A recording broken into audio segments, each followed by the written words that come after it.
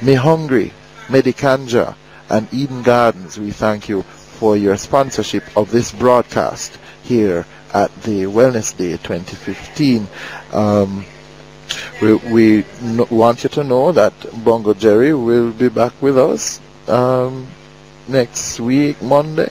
And I know that many of you are asking. Today, like I said before, they'll be having several other activities. There'll be a farmer's market. And, you know, it's the day when many people can go to the market. And so the farmer's market will be right here at the bookshop. So they're not just selling books. They're selling food for thought and food for the body as well. Education talks will be happening on recognizing the signs of child abuse. And it's a very important issue in our society. And we really thank the bookshop for bringing this into focus. There will be a panel discussion as well on marijuana demystified. And there will be presentations on spiritual wellness. So those of you who know that it's a holistic way that health happens, the body, mind, and spirit, there will be a spiritual wellness presentation. There will be a presentation on beauty, financial wellness, physical fitness, and in particular a presentation on men's health. The University of the West Indies Bookshop has been serving a wide cross-section of Jamaicans for a great many years, and we're going to be talking in a very short while with one of the managers from the bookshop to tell us more about the background to the university's bookshop and its involvement not just in the local university family and community, but the wider Jamaican community. Many of us had to come to the university bookshop long before we started to do our first degrees, particularly if we were involved in CAPE or in my day A-levels, which meant that you had to get certain books. A lot of our West Indian history books, which were not necessarily available all over in the general bookstores, were definitely to be had here because many of the very authors of these books were lecturers and still are at this university. The bookshop has also helped to supply other bookstores and schools with some particular types of resource material that would not be available in volume from anywhere else. And it's a major distributor for the publications from overseas that relate to specialist areas. And because this bookshop supports all of the professional areas that are trained in the university, it is the provider of the cutting edge material in all of these particular fields. So the university bookshop has been very involved in outreach and engagement, and has expanded its outreach and its engagement to the point where it goes out with the bookshop, being able to interface in the wider community through selling of books in other locations outside of the university campus. The challenge of the age that the bookshop works in now, as indeed all book merchants and booksellers, is that the electronic means of carrying books is now a serious challenge on the manual book and the sale of the manual or hard copy book. So what we do have this bookshop also doing is it has a very strong department which deals in information technology. It has all of the types of technologies that would support the gadgets, the tablets, the computers, and all of the other types of software that would be necessary for the ability to reach out in the wider internet space for material, which is of course one of the very important sources of information today. The situation we have here now, right now, is that we're going to be lining up a couple of our guests to speak with us, and so we're going to take a break and come right back to our Wellness Day here at the University Bookshop, Wellness Day 2015. Welcome back to Straight Up. I'm Hugh Dowse, and we're coming to you live from the U.W.I Bookshop Wellness Day 2015, and it's under the theme, where's that theme? Under the theme, Marijuana Demystified, the Jamaican Experience, and it's also looking at the signs of child abuse, financial, spiritual, and physical wellness, and there will be other features including a raw foods presentation from Me Hungry Wholesome Food. Now, the Wellness Day as an outreach of the University Bookshop is tied to the idea of knowledge for good, healthy lifestyles. A lot of people like Ras Remedy, I hope, are listening, or could, if he could make his way to the university, because he is himself quite sought after source of information on wellness. And the persons who have been using marijuana as an option for the development of healthy lifestyles and the cure for several diseases will be here. The business Medicanja, one of the sponsors of the program, will also be involved right here. I am going to talk right now very quickly with one of our young ladies here who I see with the UA Bookshop t-shirt on. So what happened when they're not dressing up today? But everybody have nice t-shirt now and thing. Very nice, very nice, very nice. This is Kimon Meikle, and she's a marketing assistant here at the University of the West Indies Bookshop. How are you, Kimon? Hi, good morning. I'm great, thank you. Oh, nice hairstyle. Now, Kimon, what was this whole idea of a bookshop going into having a wellness day? And how long have you been doing this?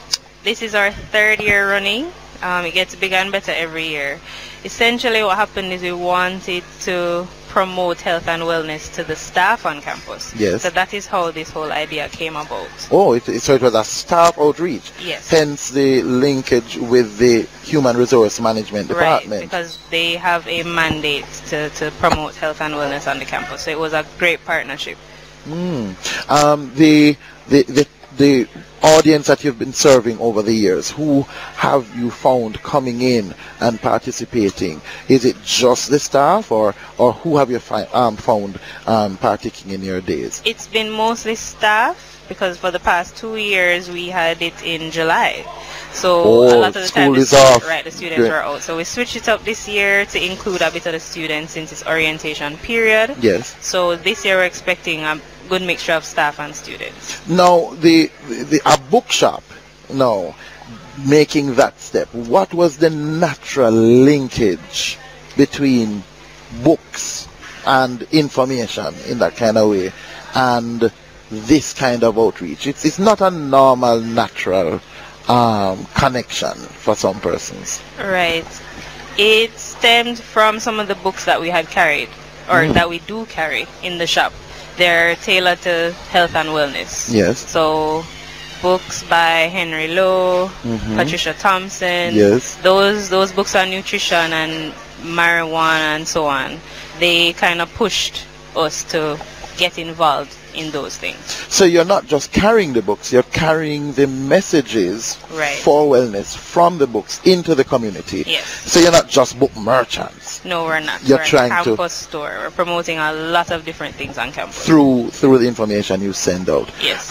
With you is Andre Kennedy, and he is our customer service representative here. Yes, sir. Good morning. How are you, Andre? I am good. I am good. It's Wellness Day, so I'm good. So you're well. I am very well. You have observed how your workplace here has made this kind of outreach. As a member of staff, what is your reflection on this engagement in the community, and what kind of feedback have you heard from persons who have come?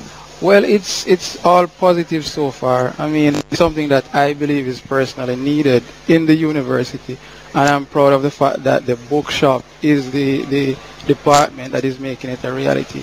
The feedback for the past few years has been good. Yes. And I believe it can only get better going forward. Yes. This particular year, I believe, should be better because now it's orientation and you have a lot of students on campus also. Yes. Because previous years, as Ms. Meeker pointed out, it's mainly geared towards staff. And during that time in July, most staff members would have been on leave or otherwise occupied. Yes. So we're hopeful that this time around it will be better in terms of capacity, in terms of audience. Nice. To my left, there is a setup happening for a panel discussion that is going to be taking place later on, and a lot of other activities happening all around. I'm going to step away a little bit from the wellness day because I'm also talking about the services offered by the bookshop. And Mr. Kennedy, I know that I've had to come to the section that you are in because you also deal with in the shop the sales of computers and tablets and that kind of thing. A whole section. You'd think that you're in a technology store. That section, one whole section of a floor is dedicated to that.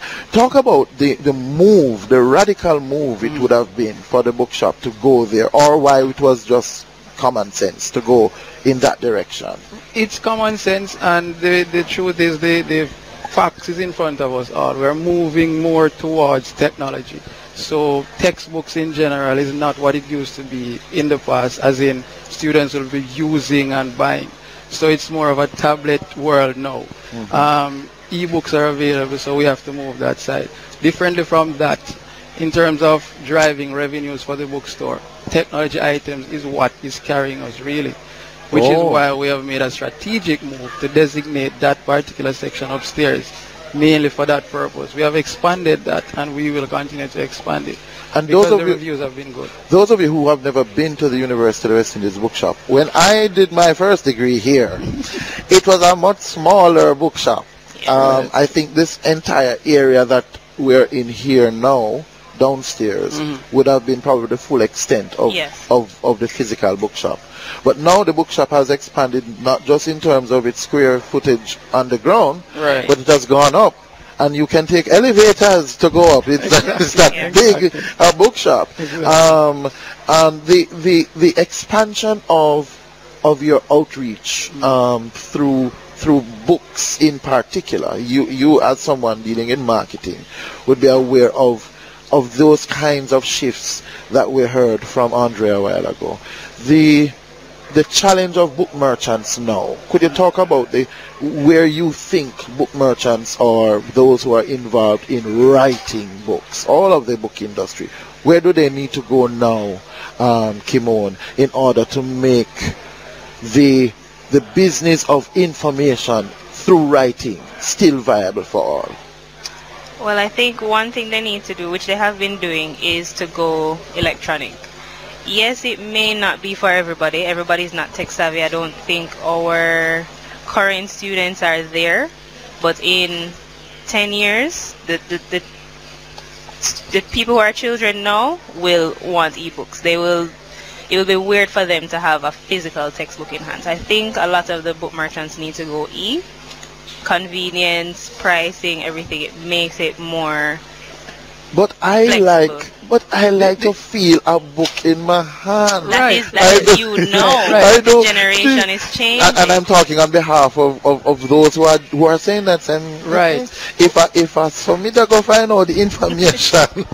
I go find it out again. No. But I don't think we're saying we should all move that direction. Because we also need the actual text. I like my physical textbook in my hand. Yes. But the truth is, where you can mark it up and buy a highlighter down at the bookshop and go through. True, but you can highlight in ebooks as well. You can highlight in ebooks, you can make notes in ebooks. So we're not saying to scrap the physical text. Right. It's just to give people more options, right? And it's another way to complement it. So you can have your physical textbook, but some textbooks are heavy. Yes. So to carry around your tablet, it's a lighter way. You can carry hundreds of textbooks on your tablet as opposed to carrying around 100 physical books. And Yes. of course, as we said, there's always going to be those people who want their physical books in hand. Not Yes. just a text, but any general book. Yes. You don't want to be looking at a computer screen to be reading that. So there's also the place for that, which is why we still have that here. So it's a diversity It is. that is offered of And from a modalities. business perspective, that is good also, because you have to look at your market. You need that the segment that will look for the e-books, but you also need the people who want their text. Some people think that young people are reading much more because of the attraction of technology, as opposed to how boring a physical book is. Maybe. The argument is out there. The capabilities are a lot Yes. wider with an ebook. What are the future plans of the bookshop? Anything you want to give us as breaking news? We're a news talk. We love to break news. Well, I'm not at liberty to speak of any plans that we That have. means, ladies and gentlemen, that there are plans. There are plans. But There are always plans. They're not going to bust it yet. But we will Right. make sure to be the ones Yes. to let you know about these plans. Schools that are out of town, that have need for the resources that you have, and you have people coming from far and wide for the resources of the Yes, we bookshop. do. Tell us how far people come to get stuff, or how far you get calls from for stuff at this bookshop. Well, for one, I can speak to our Montego Bay branch, because we do have a bookshop at the University, campus, right. in Mobay. We do the Mobay Community College Book Fair every year, Yes. and that speaks to the students at that school, and that speaks to slightly to the secondary school market. Yes. So the even though we cater to tertiary students, Yes. we do have some students who come in for secondary school books. Right. So they do overlap. I was sharing with the listeners earlier that when I was in school, we came here when we had West Indian history Right. needs and Literature, so on. the Right. languages. Yes. Right. Yes. And also primary school books. We've started to carry those. Is that so? Yes, definitely. But Hold it's on. mainly done- Not on a wide Right. scale. No, but that you carry any primary Right, school books primary at all. school That's books, yeah. that's impressive, because it means that you're going through the full gamut We are, of the have system. to. And when you look at it, there are, parents on campus, and especially the beginning of the school year, we tend to cater for them and their needs. So we bring those books in so you can come here and get them rather than going off campus. So let me ask you something. It's a little personal. I have a book list filling for my daughter right now. You carry high school books. Yes. The general, like a fourth form text. You do that? Yes, Yes. we do. Oh. So all of your people who boxing all over the place and saying, I can't find this book and all that. Don't tell everybody, but you bookshop have it. Don't come up here yet. Let me fill my book list. Right. first. Because the books are going really fast. So No, you so may really not and find it. and that's a very important point, because I don't think a lot of people think of the university bookshop Exactly. for high school or primary school book lists. Right. So that's a very big piece of news for a lot of you, I'm sure, that you can come to the university bookshop, not only if you're in the Pane and General Mona area, but wherever you are. And many of you would have to come on campus now because you're dropping off or picking up your young people for orientation and so Right. on. It's a place where you can do your shopping. Right. All right, I'm going to make sure I get my list and come round with you and see Right. which ones you have right after But we it finish is here. important to note that this primary secondary school initiative is mostly for the beginning of the school year. Right. Right. So later down in the year, You we're wouldn't carry catering it. to Exactly. right. Right, We're you going wouldn't to be carry it. focusing on our main Exactly. main But this audience. is for the back to school. Right. Back to So school it period. is very timely, people. The back to school people who you're in the rush right now, the University of the West Indies bookshop has the books. Not a whole heap of them, but they do. Right. So make sure you come and check that out. We really want to thank both of you. Thank you for having us. Kimon Meikle, marketing assistant here at the University of the West Indies bookshop, and Andre Kennedy, customer service representative at the U.W.I bookshop. Thank you, and continue to have a great Wellness Day 2015. Yes. Thank you yes. very much. All right, and that's will Yes. come with the book list. All right. No Thank you very much. Okay, we continue with this wonderful Wellness Day, and the place is getting very bustly and busy. There are persons coming in, filling their regular book requirements and doing their shopping. There are several providers setting up their stalls. We have the person setting up the farmers market outside, and as I said, there will be several presentations taking place here at the Wellness Day 2015. We want to talk a little bit in the meantime about one of the areas of focus of the Wellness Day. That's the area of ganja, and as they put it, the idea of marijuana demystified, the Jamaican experience. The Ministry of Justice had issued earlier this year a document, a publication, the Dangerous Drugs Amendment Act 2015 facts. And I just want to go through some of these facts again for us so that some persons don't end up traveling about the place with 2 pounds of things that they don't realize is not really wise to travel around with. Let's start with the point 6 on page 1 of this possession of ganja issue.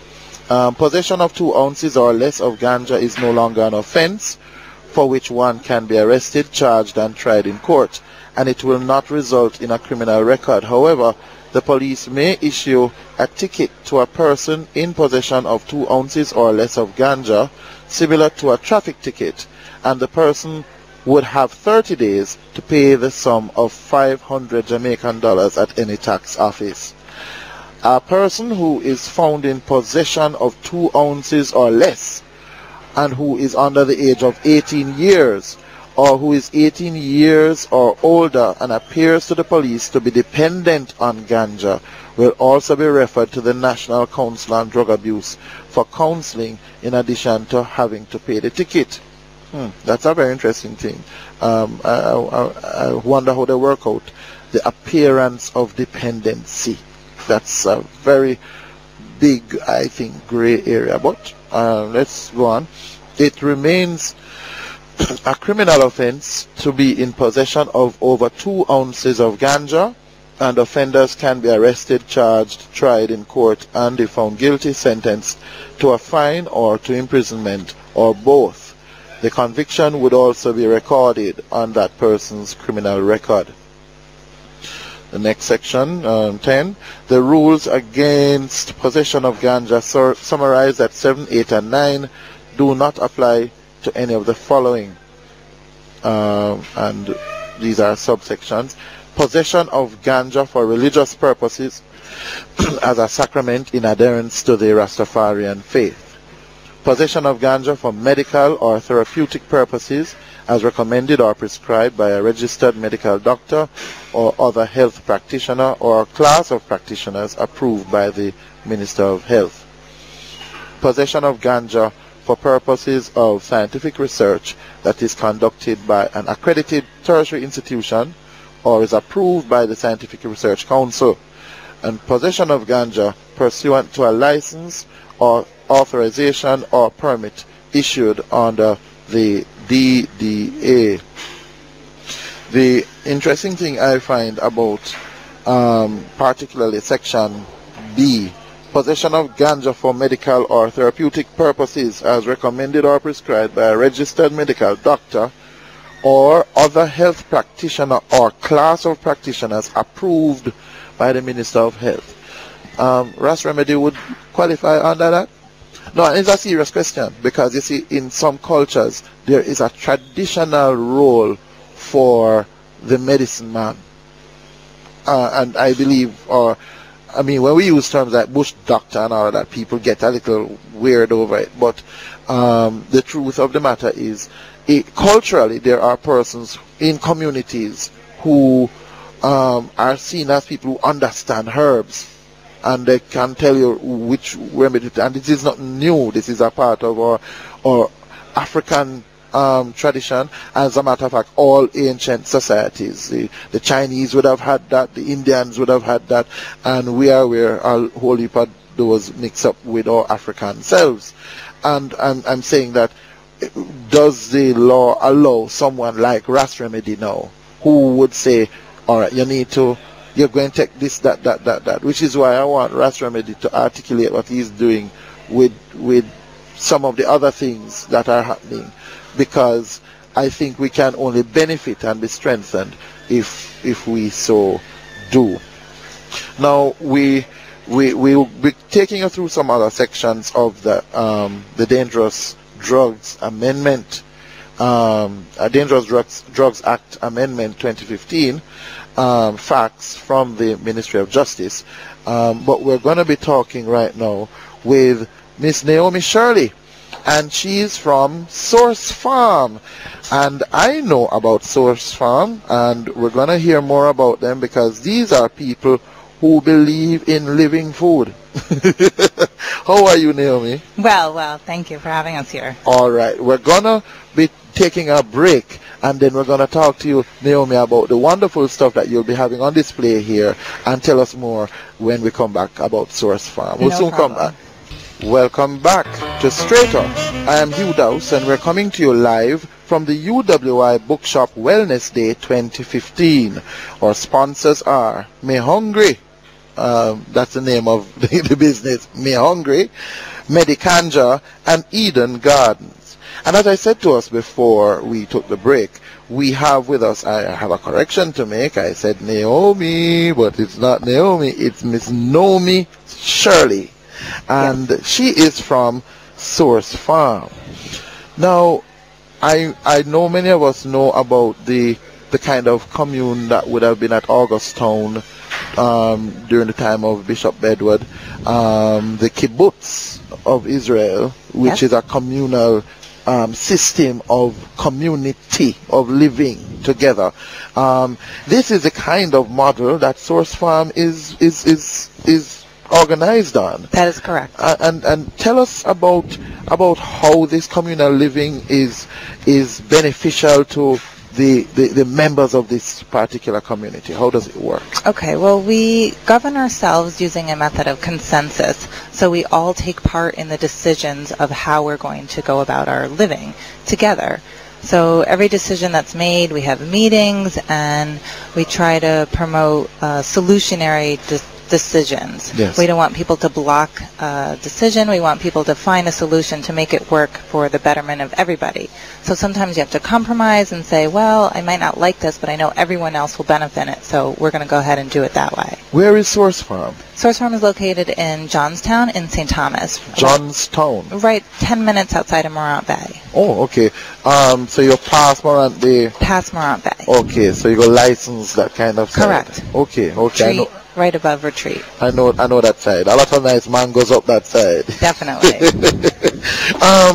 And how large is the community? The property itself is 64 acres. We've divided that using permaculture design plan, where we've designed where people will have a residential area, where organic farming will take place, where businesses will take place. There's a nature school on the property as well for the children, as well as we have a community kitchen and other housing for people to come and stay and do different workshops and learn about what we do at the Source Farm. This is fascinating. So let me zone in more on the term now, farm, Source Farm. What type of farming? You mentioned organic farming. To what extent? What type of crops? And to what scale do you farm at Source Farm? At the Source Farm, we have about 2-acre production farm, as well as everyone at each homestead does a little bit of their own farming for themselves. But our 2-acre, we do a lot of greens, cucumbers, herbs. We also have ackee trees and banana trees and plantain, and we have some purple potatoes and tomatoes and fennel, all kinds of good healthy things. And the most important thing is that it's all organic, no pesticides. We use natural pesticides, like using neem tree.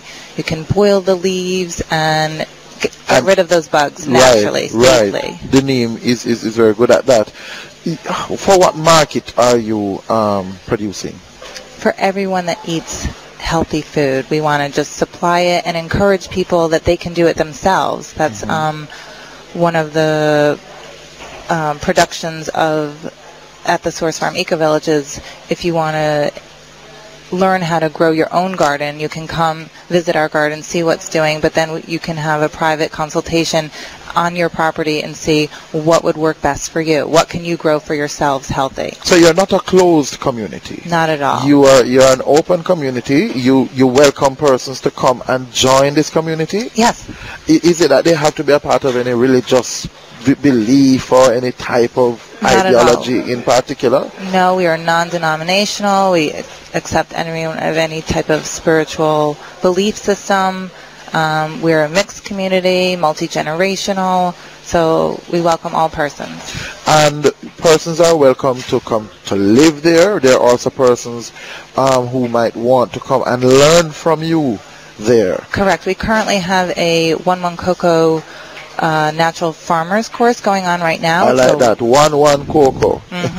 For 1 month. The first 2 weeks begin teaching the students about permaculture. Yes. And how to treat Mother Earth to its best. Yes. As well as the next component, they really delve into the organic farming component. So we have been talking on this station a lot about organic farming because we've understood that there is a huge potential for a market for organic foods that we have been way below being able to fulfill. So you are able to train persons now into this. I heard something the other day that the important thing about organic farming is that the seeds that are used need to be seeds that are not from fertilized foods. How do you get seeds for organic farming? That's what we're working. I mean, we're working with the Jamaican government right now to try to make it sure it's available to persons. Right now, we bring in a lot of the organic seeds from overseas, so we're trying to make it more available for the Jamaican persons to have organic seeds. We're doing courses on seed saving and how you would help nourish your own soils to have healthy plants growing as well. But you're right, the seed is very important. The course that you're mentioning, when does it run for, and how does one get a part of that course, the 1-1 cocoa? Sure, this is our third session of the 1-1 cocoa. It is a month-long intensive course where they stay on the property for the month. Oh, it's a residential course. It's a residential. They go from early morning to late at night, and that's why they have to do it that way. If this course will end on September 11th, and we're still in this next phase of when we're going to plan the next course, but I can certainly give a number, or please contact Nicola Shirley Phillips at 421-8838 if you're at all interested in the next 1-1 Coco's Farmer Permaculture course. Please repeat the number. 421-8838. 421-8838. The challenge of energy bills is huge, including for farmers. And you have a program that looks at these renewables at work in your farm. As a matter of fact, you are to a great extent energized from renewable energy. Could you talk a little bit about that? Sure. We like to educate people on various ways to use the energy, such as wind turbine, solar panels. Also, we just had somebody come to the Source Farm and do a workshop on teaching farmers how to make their own solar pumps, as well as a pump that you can use manually to pump your water just using your own, they call it a rocker pump. So you rock it and you get the energy going. Oh, whoa.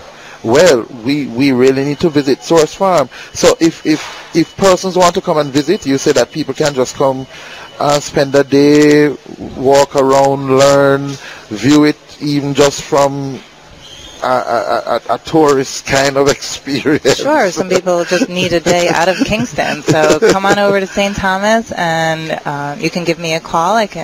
I'm at 345-2633, and I can arrange a tour. You can let me know if you'd like to stay for a lunch or you just want to come for a tour. We have a community kitchen, so we're able to open it up to persons just stopping by. We'd like people to make an appointment first, but... Yes. Give the number again, please. This is Nomi Shirley, and I'm at 345-2633. Well, I think I'm going to have to visit Source Farm. Fabulous. And, Can't wait to have see you. the wonderful things that are happening there. And we really want to have you back on this program and on this station. Great. Thank you so much, Nomi Shirley from Source Farm. And you're here with your displays for the Wellness Day at U.W.I. Please come by the bookshop and make sure that you talk with Nomi Shirley about Source Farm and the opportunities they provide for wellness. Please come get your healthy vegetables and your fruits. At the farmer's market. Right outside. All right then. Wow, some wonderful people we're meeting here, and the line of wonderful people continues as we now speak with Miss Julie Chin, and she is from Whitehall Farm. How are you? Fine, thanks. Good.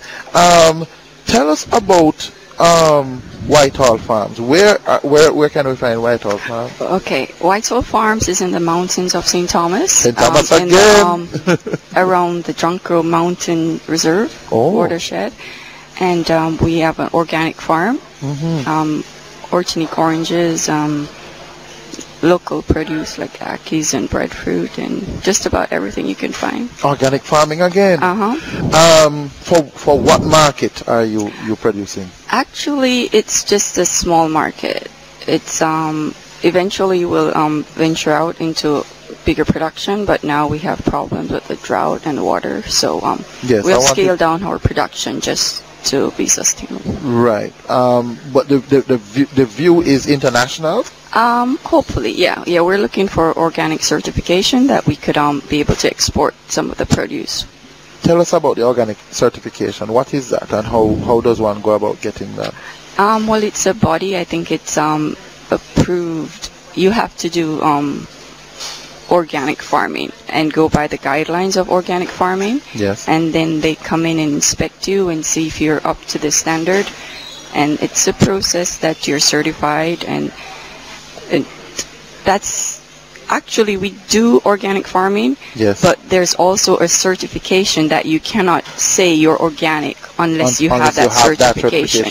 So yes, so it's like running it for a while, and then they come in and verify. Yeah. So now we could say we're natural, but we do the organic practices. Yes. But we cannot say we're you can't label organic certified until you have that. That's very instructive. We're gonna be keeping you with us for a little while, because we're going to take the news now, and we'll come back. We'll talk to you more about Whitehall Farm. Ladies and gentlemen, we're at the U.W.I Bookshop Wellness Day. This is Straight Up. Good morning. With the latest headlines, I'm Kayla Wright. The Counterterrorism and Organized Crime Investigation Branch, CTOC, yesterday arrested and charged 2 used car dealers for the offense of fraudulent conversion. They are 39-year-old Mark Robinson of Carlton Avenue and 41-year-old Natalie Billings of West Oak Ridge, both in Kingston 8. Reports are that in August of 2013, the complainant entrusted an automobile company located in the Kingston 8 area owned by Robinson and Billings with a Honda motor car to be sold on his behalf. The vehicle was reportedly sold for $2.7 million. However, the complainant was only said he received a sum of $1.8 million. He says he has not been paid the outstanding amount of $820,000, and that subsequently led him to making a report at the fraud squad in February of this year. One man who pleaded guilty to knowingly possessing identity information when he appeared before the St. Elizabeth Circuit Court earlier this week is scheduled to reappear in court today for sentencing.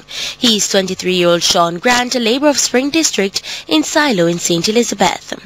Grant was held on July 7, 2014, during an operation carried out by the St. Elizabeth Proactive Investigation Unit along with other police personnel. Reports are that at about 4:30 a.m., the team executed a search at the premises where Grant was seen. During the search, lottery scamming paraphernalia were found in his possession. He was then taken into custody. 2 U.S. journalists have been shot dead during a live TV report in the state of Virginia. WDBJ-TV reporter 24-year-old Allison Parker and 27-year-old cameraman Adam Ward were killed during an interview in Bedford County. During the live broadcast, shots and the reporter's scream could be heard and the camera fell to the ground. Police say they are investigating the incident and still searching for the suspect. And those are the stories making the latest headlines. News next at 11 o'clock. Stay tuned. Straight Up continues. I'm Kayla Wright. Welcome back to Straight Up. I'm Hugh Dowse and we're coming to you live from the U.W.I Bookshop Wellness Day 2015. Our sponsors are Me Hungry, and you might be hungry, so it's a good time to come up to U.W.I and get some of the food that are on display here. Medicanja and Eden Gardens, and we've been talking with Miss Julie Chin, and Julie is from Whitehall Farm. And remind them where Whitehall Farm is again for me, please. It's in St. Thomas, and I think the easiest way is to say probably 5 minutes from Surge Island. Oh, that end. In that end. Right. 5 minutes from Surge Island, but in the Blue and John Crow Mountain region. Yes. Of that area. So we were talking off the air, and you said that your flagship EC coconut product is Buster. Yes. And when people hear Buster, some young people don't know what name Buster, you know. You know Buster, Monique? What is Buster? Sweetie. Who tell you? Kevin tell you. yes, Buster it's a kind of toffee. Yes, it's a coconut toffee. And it's a traditional Jamaican distinct product that we need to know more about and have more out there. Some people have Buster that's very soft and flaky. Is your Buster like that? No, it's somewhat chewy. Sometimes it's a bit hard. It depends on the boiler because it's manual. Yes. But we try to keep it firm enough, but it's a bit chewy. Like also. Real true Buster. Yes, man. Like Jackass corn must can broke your teeth, you know. This is not good Jackass corn. We were also talking off the air about some of your other coconut products, and the area that you're in has very good coconut. Somewhat. They were affected by the disease, yes. yellowing, but yes, we do get coconut, and we get organic coconut from small farmers. So they supply to you, so you are supporting other farmers around. It's a very collaborative, cooperative effort. That's wonderful. Yes. The goods that you'll have display here at the Wellness Day, could you tell us some of the things that you'll have on display here? And tell me in particular about the coconut oil that you have. Apart from our Buster, we make coconut oil. So we have boiled coconut oil and a raw coconut oil. Tell us the difference between. Our raw coconut oil, there is no heat applied to it, to the coconut, to extract the oil. So it was just blended coconut oil, and when the oil comes to the top, it's skimmed off, and it's a process of ciphering and clarifying to get it the way it is. And it's really nice. It's not tasteless, but it's odorless, and it's clear. You can almost like water. Oh, wow. And the boiled coconut oil, that has a rich flavor. That's the old-time Jamaican coconut oil. Yes. So it's boiled to extract the heat, and then the sugar caramelizes in it and give the coconut that wonderful aroma, and it's just wonderful. Wonderful. And you keep to the traditional ways of doing this. Yes, we do. Where does the knowledge come from? Where does a lot of the knowledge of how to do this? Is it people in the area? I guess for us it was a healthier lifestyle and just experimenting. We like to make new things and experiment and just make everything better. Yes. So by making everything better, you come up with something new sometimes. Yes. Wonderful. So what you have on display here today, or on sale, that people could come and get? As I said, we have the Buster. We also do tambourine balls, and we have this product, sugar tambourine. So it's a solar dry tambourine, and we just dust it with sugar. So if you like tambourine without all that sugary tamarind ball stuff. Yes. Yes, that's a product that we have. That should be very interesting. And we have wonderful juices that's made with the organic fruits, but we do add a little sugar. Yes. And we also have sugarless juices, which are 100% juices, like cucumbers or cantaloupe, OTK apple juice. And then we have juices also sweetened with honey. So if you want something a little sweet without the sugar, yes, we have the honey. And our fruits are pretty sweet, so these sugarless juices are very refreshing, and you don't really miss the sugar at all. Nice, nice, wow. So we have cantaloupe juice, OTK apple juice, cucumber juice. What else? We have pies and tarts, so we have plantain tarts. All right, so people, don't bother go to your regular lunch spot today. Just come to the U.W.I bookshop, especially if you're in the Mona area. If you're over at U.Tech, you come over here too. Don't tell them say you come over here. No, we're friends. U.Tech and you are big friends, big brethren that. But come if you're in the Pane area, if you're in Ligani, just come up to U.W.I and sample some of these wonderful, really great Jamaican foods that are brought to us from a wonderful parish, St. Thomas. You're the second person from St. Thomas with the organic. Get a lot more. Oh, wonderful, with the organic foods. We really want to thank you so much, Miss Julie Chin from Ital Farm, for coming and sharing with us all the work that you're doing, and to you and all the other farmers who are battling this drought so stoutly and staunchly. We really want to big you up and say keep on keeping on, don't give up. Well, thanks very much, and thanks for having us. All right, my dear. Okay, sure. Good. So that's Ital Farms, Miss Julie Chin. Come and get your buster and carry some home for the pit of them, because them things are the foreign candy I carry the swing, not at all. Just like how bolt I carry the swing in the world, a buster we say. And we're not talking JLP and PNP here, people. I want to tell you the schedule for today's Wellness Day. The schedule has a panel discussion, marijuana demystified. Before we even go on, I think I want to have this lady here. Could you just invite this lady right here to just sit with us a moment as a wonderful guest of the bookshop? Come and sit down beside me, my dear. One of the customers of the bookshop. Yes, you must walk past. And read your microphone so carelessly. And she's so lovely dressed. She knew she had the interview today, Come make sure you take the pictures. How are you, my dear? Oh, okay, all right. I'm preempting you. While she's fitted up by Kevin, let me just tell you what we have today. The panel discussion, Marijuana Demystified, the Jamaican Experience, with Dr. Clinton Hutton, who is a member of this family, the Dr. Ganja.Knife, Mr. Marcus Goff, Dr. Terence Bernard, Dr. Michael Barnett, and Dr. Niaah. Well, this is the event of the day. Please make sure that you're here, because it's going to be carried live at 11 o'clock here on News Talk, right here on Straight Talk. And then there are some other things that are going to be happening later, but I'll tell you more after we talk to this lovely lady. How are you, my dear? Good morning, I'm good, thanks. Good. Could you share your name with the wider world who listen to us? You mean my entire name, Natasha Mahalia Bowen Brown? Oh, okay, that works. Birth certificate, come up. What brings you into the bookshop today? I'm stopping by to get a thank you card, and I also wanted to get a coconut from the Wellness Center. Wonderful. So let me go to the thank you card. Give me thank you card.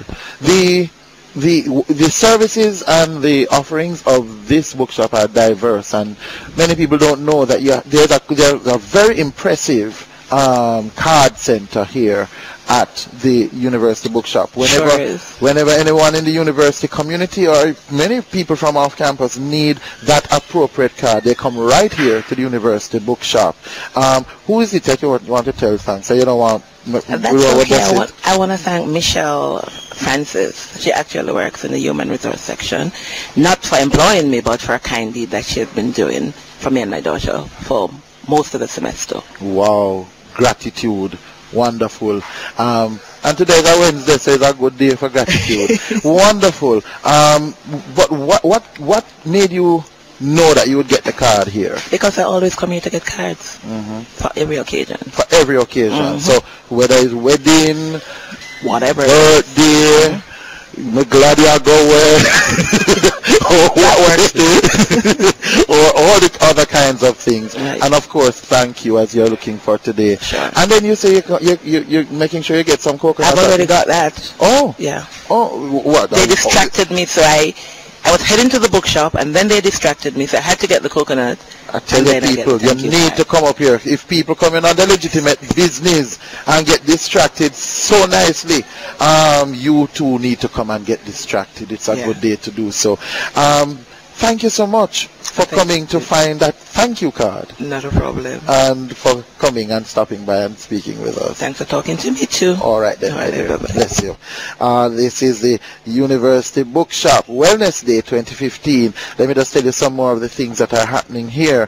At 12 noon, from 12 to 12:30, there will be a presentation on financial wellness, and this will be done by Mr. Mark Gilzine, Client Relations Officer from JMMB. I know him quite well, and he is very good at telling you how to get well in your finances. So please come in for that if you're not able to make the 11 to 12. And then from 12:30 to 1, recognizing the signs of child abuse, and this will be presented by Mr. Matthew Mackenzie, a lecturer in the Department of Sociology, Psychology and Social Work at the U.W.I. Western Jamaica campus. So Western Jamaica is the Mona campus in Western Jamaica is represented in the presentations here.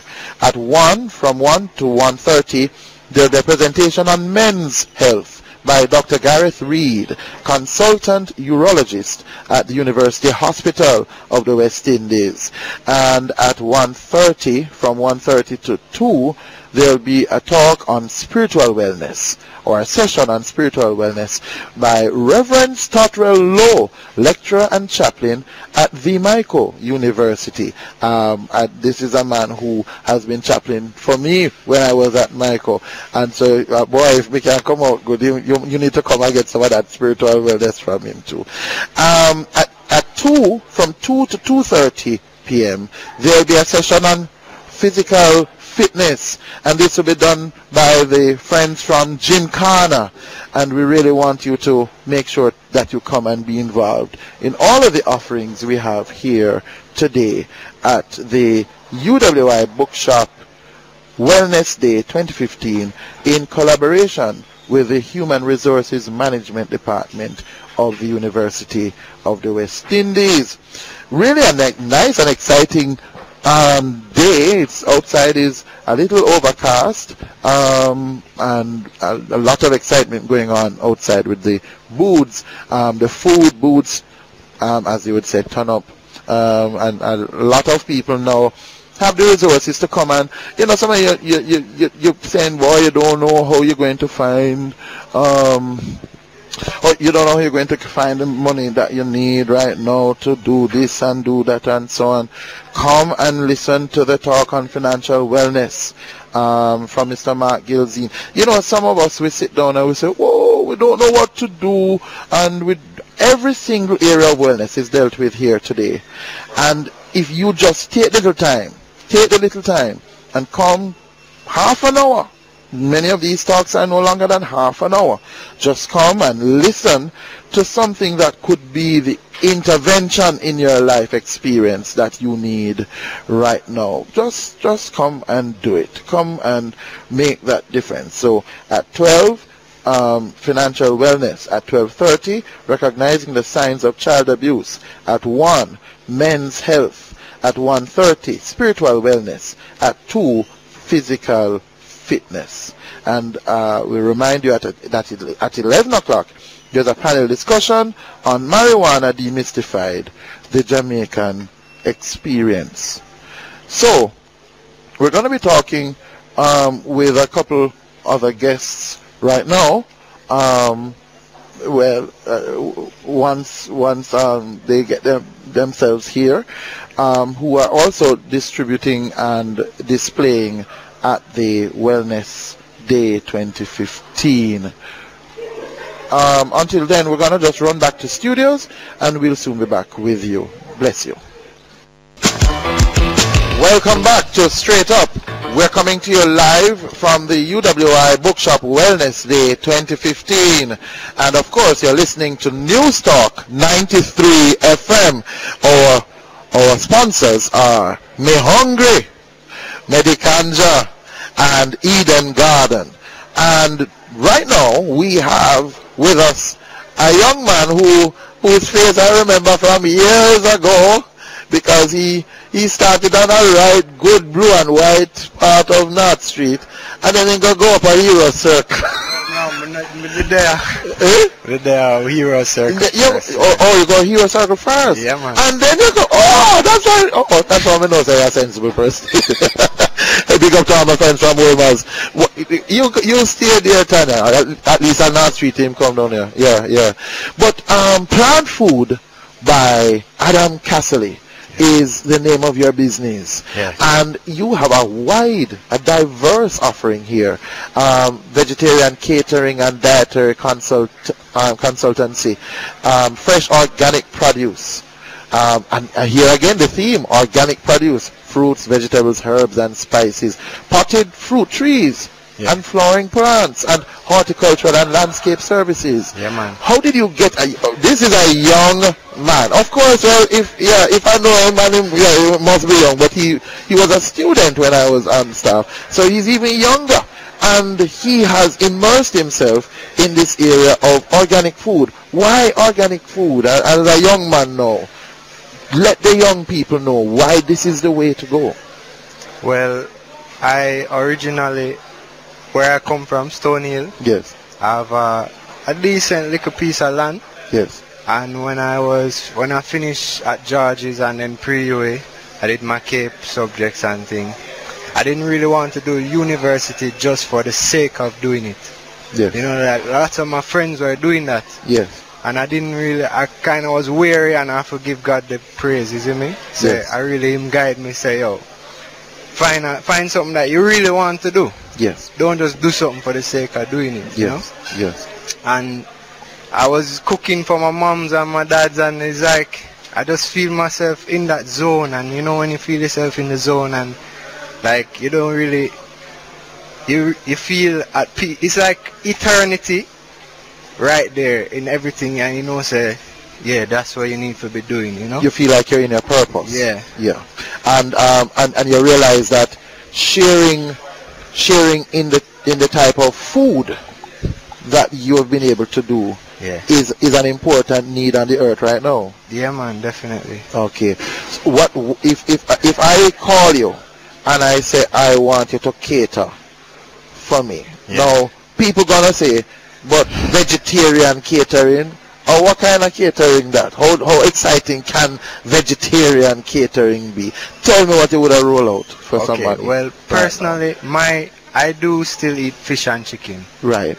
I am personally not completely vegan. Right. But you can cater for vegans. I can do vegan dishes, and you know, it's very important to have a mostly plant-based diet. Why?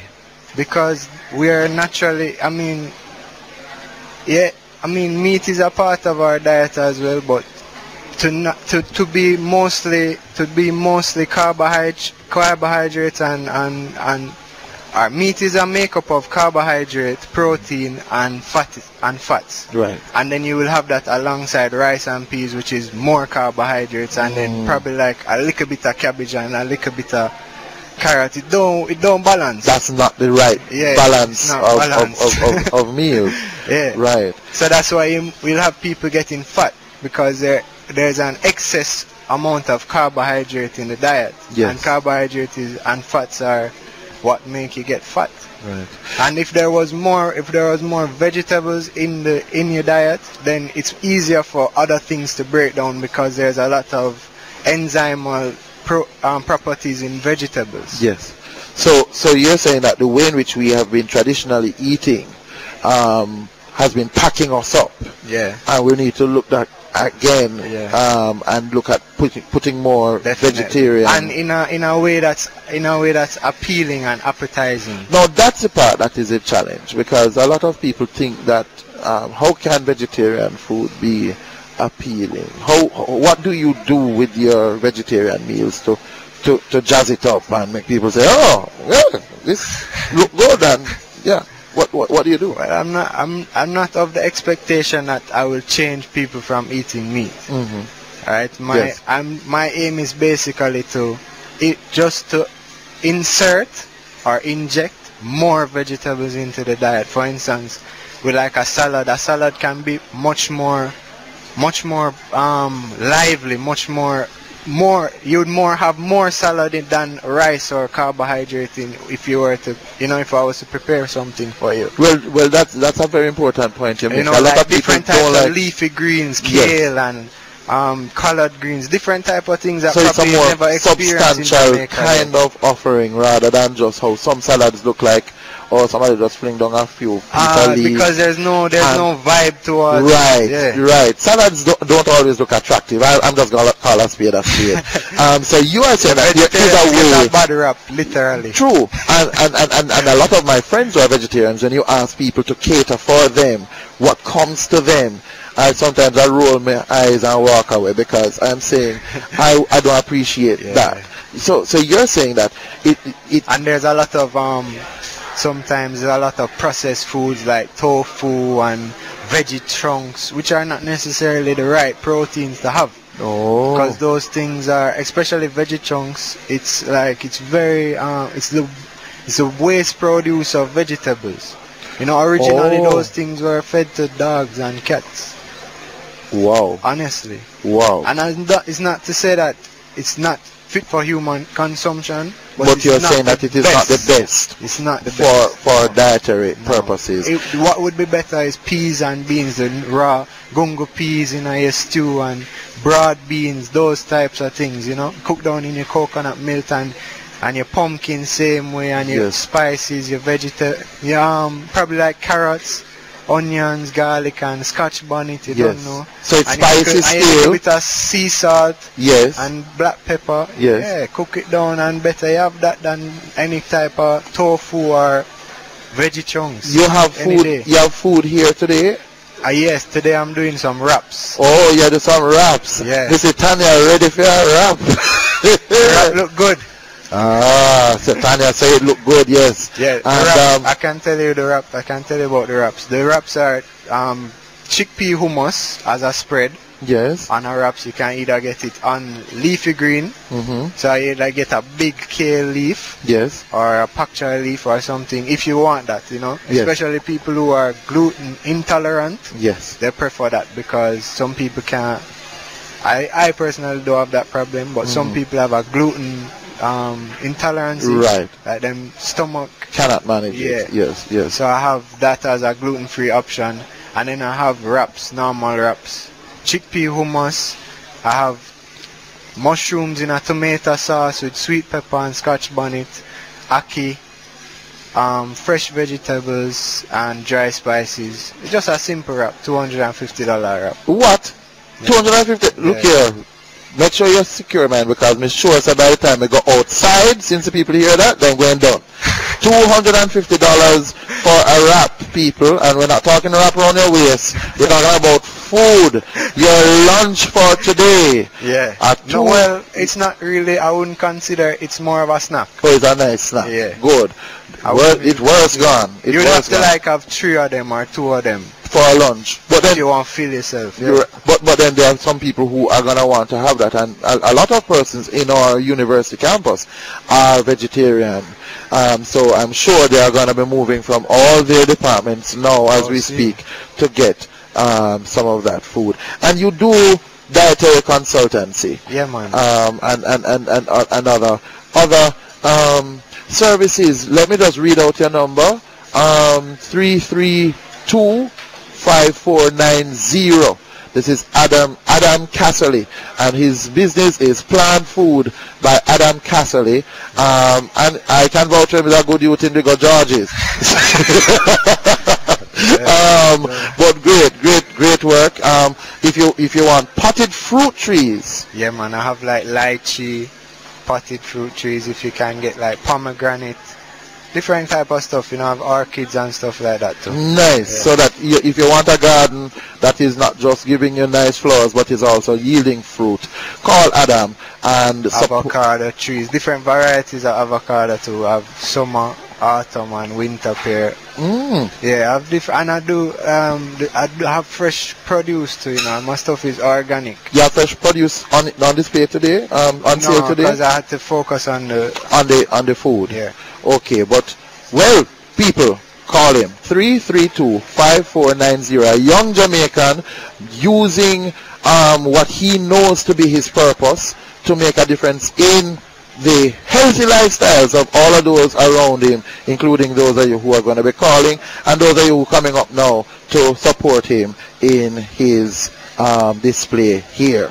Buy up him food, especially the wraps, but make sure you're safe too for me. I'm going to come by that. Alright. Alright, thank you, Adam, and big up yourself. Alright, all the best. Thanks. All the best. And yes, Woolmans, you can be proud of him too. Yeah, I love bridging them from George. Come and make some good bridging from George's when we did that, you know? Yeah, man. A goodness all the way. Goodness. Bless you. Bless you. Wow. So you see, people, you can come, you can buy up your food for lunch. You can fill up your book list for back to school. You can make sure that you get some buster. Monique had a warm time a while ago. Our dear friend came back. Julie came with a pack of buster. And Monique the day I tried, she was eat it like sweet and go buy it. Kevin, warm to alcohol. Eh? Our mouth stuck. Boy, she couldn't open her mouth. Lock the teeth. Kayla Wright is in the building. Yes, Kayla, you don't walk through here.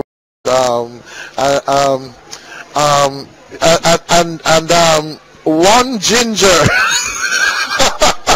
I'm going to behave myself. But we're having a lot of fun here at the U.W.I Bookshop Wellness Day 2015. Now, we're going to be talking right now with our guest from Me Hungry, one of our sponsors, and we're going to be talking to Mr. Iwana Tafari. How are you, sir? Hello? Alright, we think we're having a connection problem there. We're going to sort that out and get back to you. I just want to remind you that today part of the focus of the presentations today will be Marijuana Demystified, the Jamaican experience, and the panelists, this is going to be very interesting, is our own News Talk 93 FM, Dr. Clinton Hutton. We're going to have Dr. Ganja.Knife, Mr. Marcus Goff, Dr. Terence Bernard, Dr. Michael Barnett, and Dr. Jelani Niaah, speaking on Marijuana Demystified, the Jamaican experience. And that comes up at 11, and we're going to be joining them for that. So you're going to be able to share in hearing that discussion. But right now we have Miss Raquel Brown, and she's from Irie Rock. Yes. And they do some natural skincare products. Exactly. How are you, my dear? I'm good. Great. Good. And it's obvious that you use your products. Definitely. Only your Irie Rock. Skin is just amazing. It's not just clean and beautiful, it's glowing.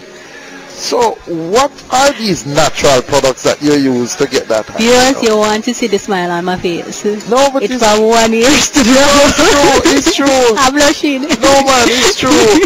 And you see, that's the first thing about a product, because if you tell me say you're selling skincare product, I go look on your skin. Yes, but at the same time too, you have to also remember that I literally grew up having acne-prone skin, and it's because of my experience of that have allowed me to pretty much venture off into this field. Okay. Yeah.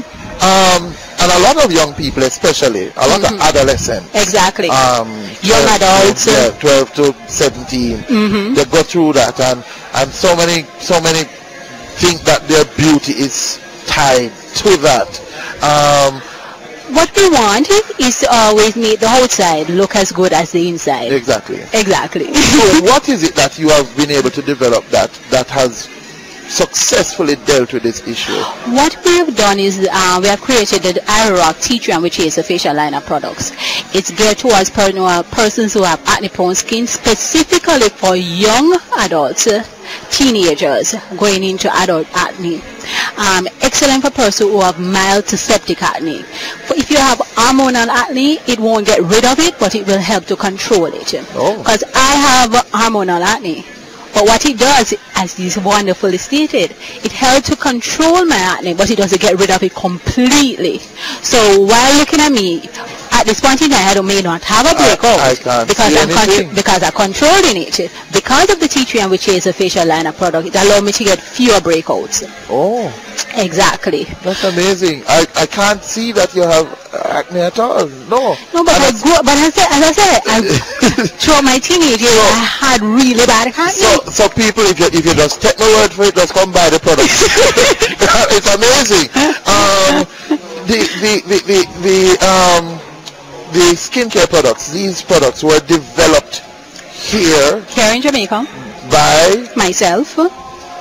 And what was your process like? Look how shock is on his face. No, I'm shocked. People, don't get me wrong. You all know that I know that this Jamaica is the most talented country in terms of science and technology included.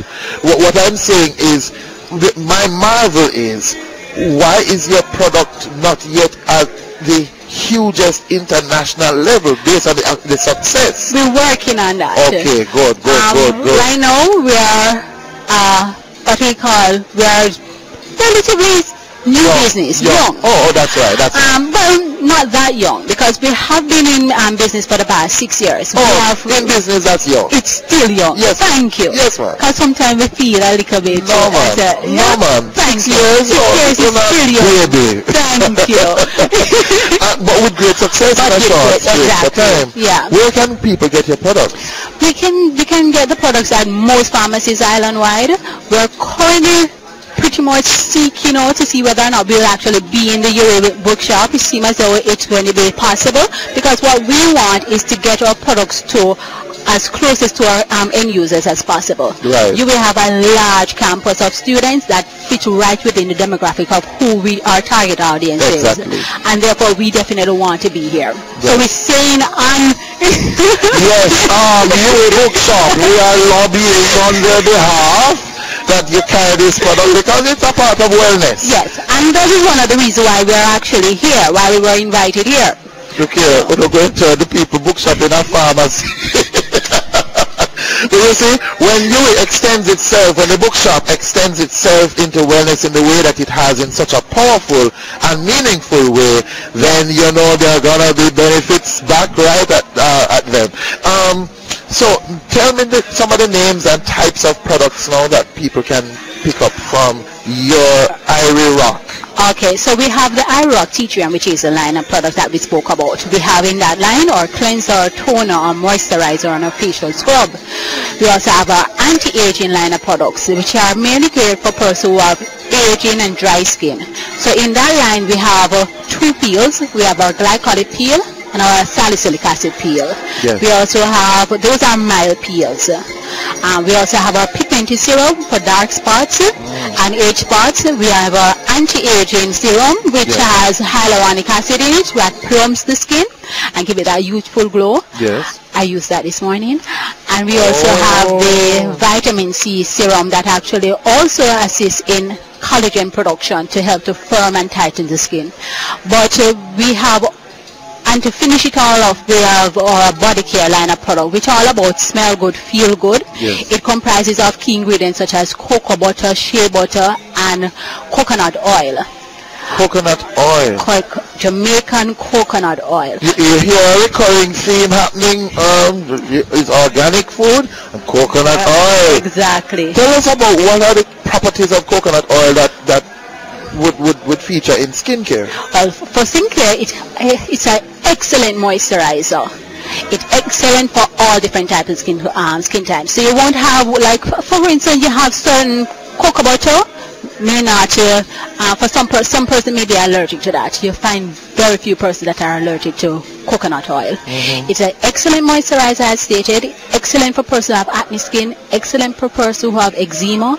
It calms the skin as well. It actually uses as a detox, says the skin as well.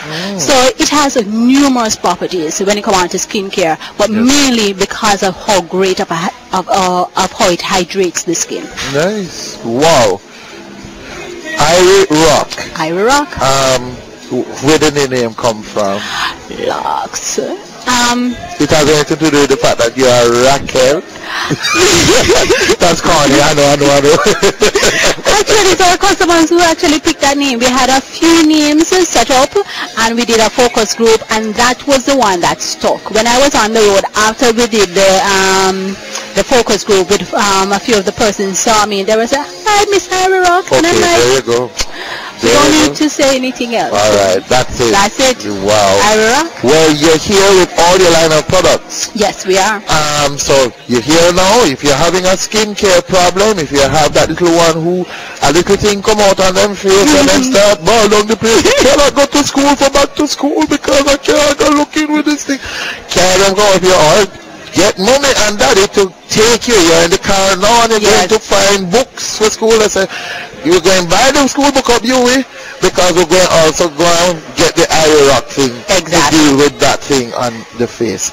We want to thank you, Raquel Brown, for sharing these products, and congratulations on your innovation and on your new business, and we're looking forward to hearing this international line.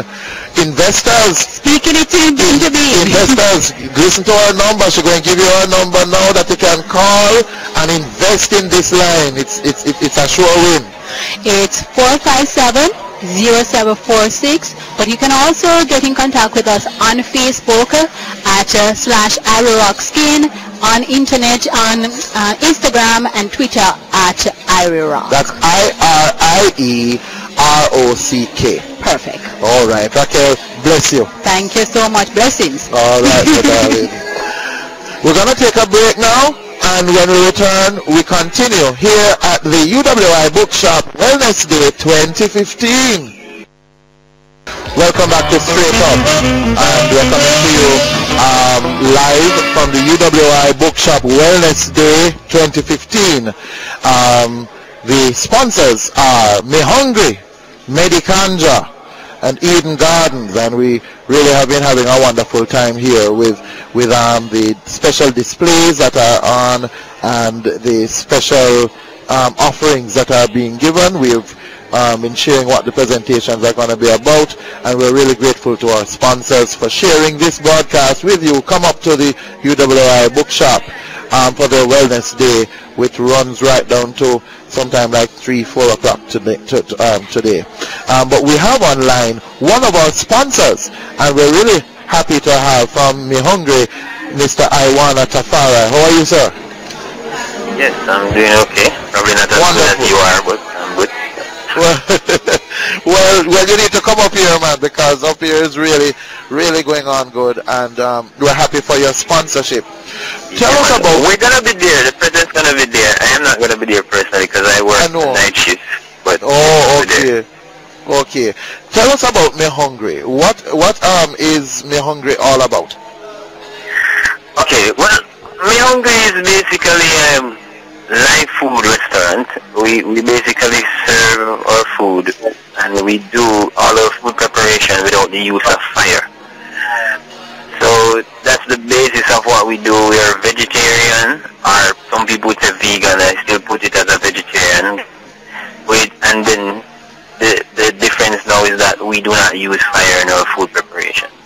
Well, you know, a lot of people are a little confused about what is called raw food, because they don't understand how you can have foods that you don't cook, and it's still healthy for us. Why then would we need to cook them? Which foods are the foods that are possible to have without cooking?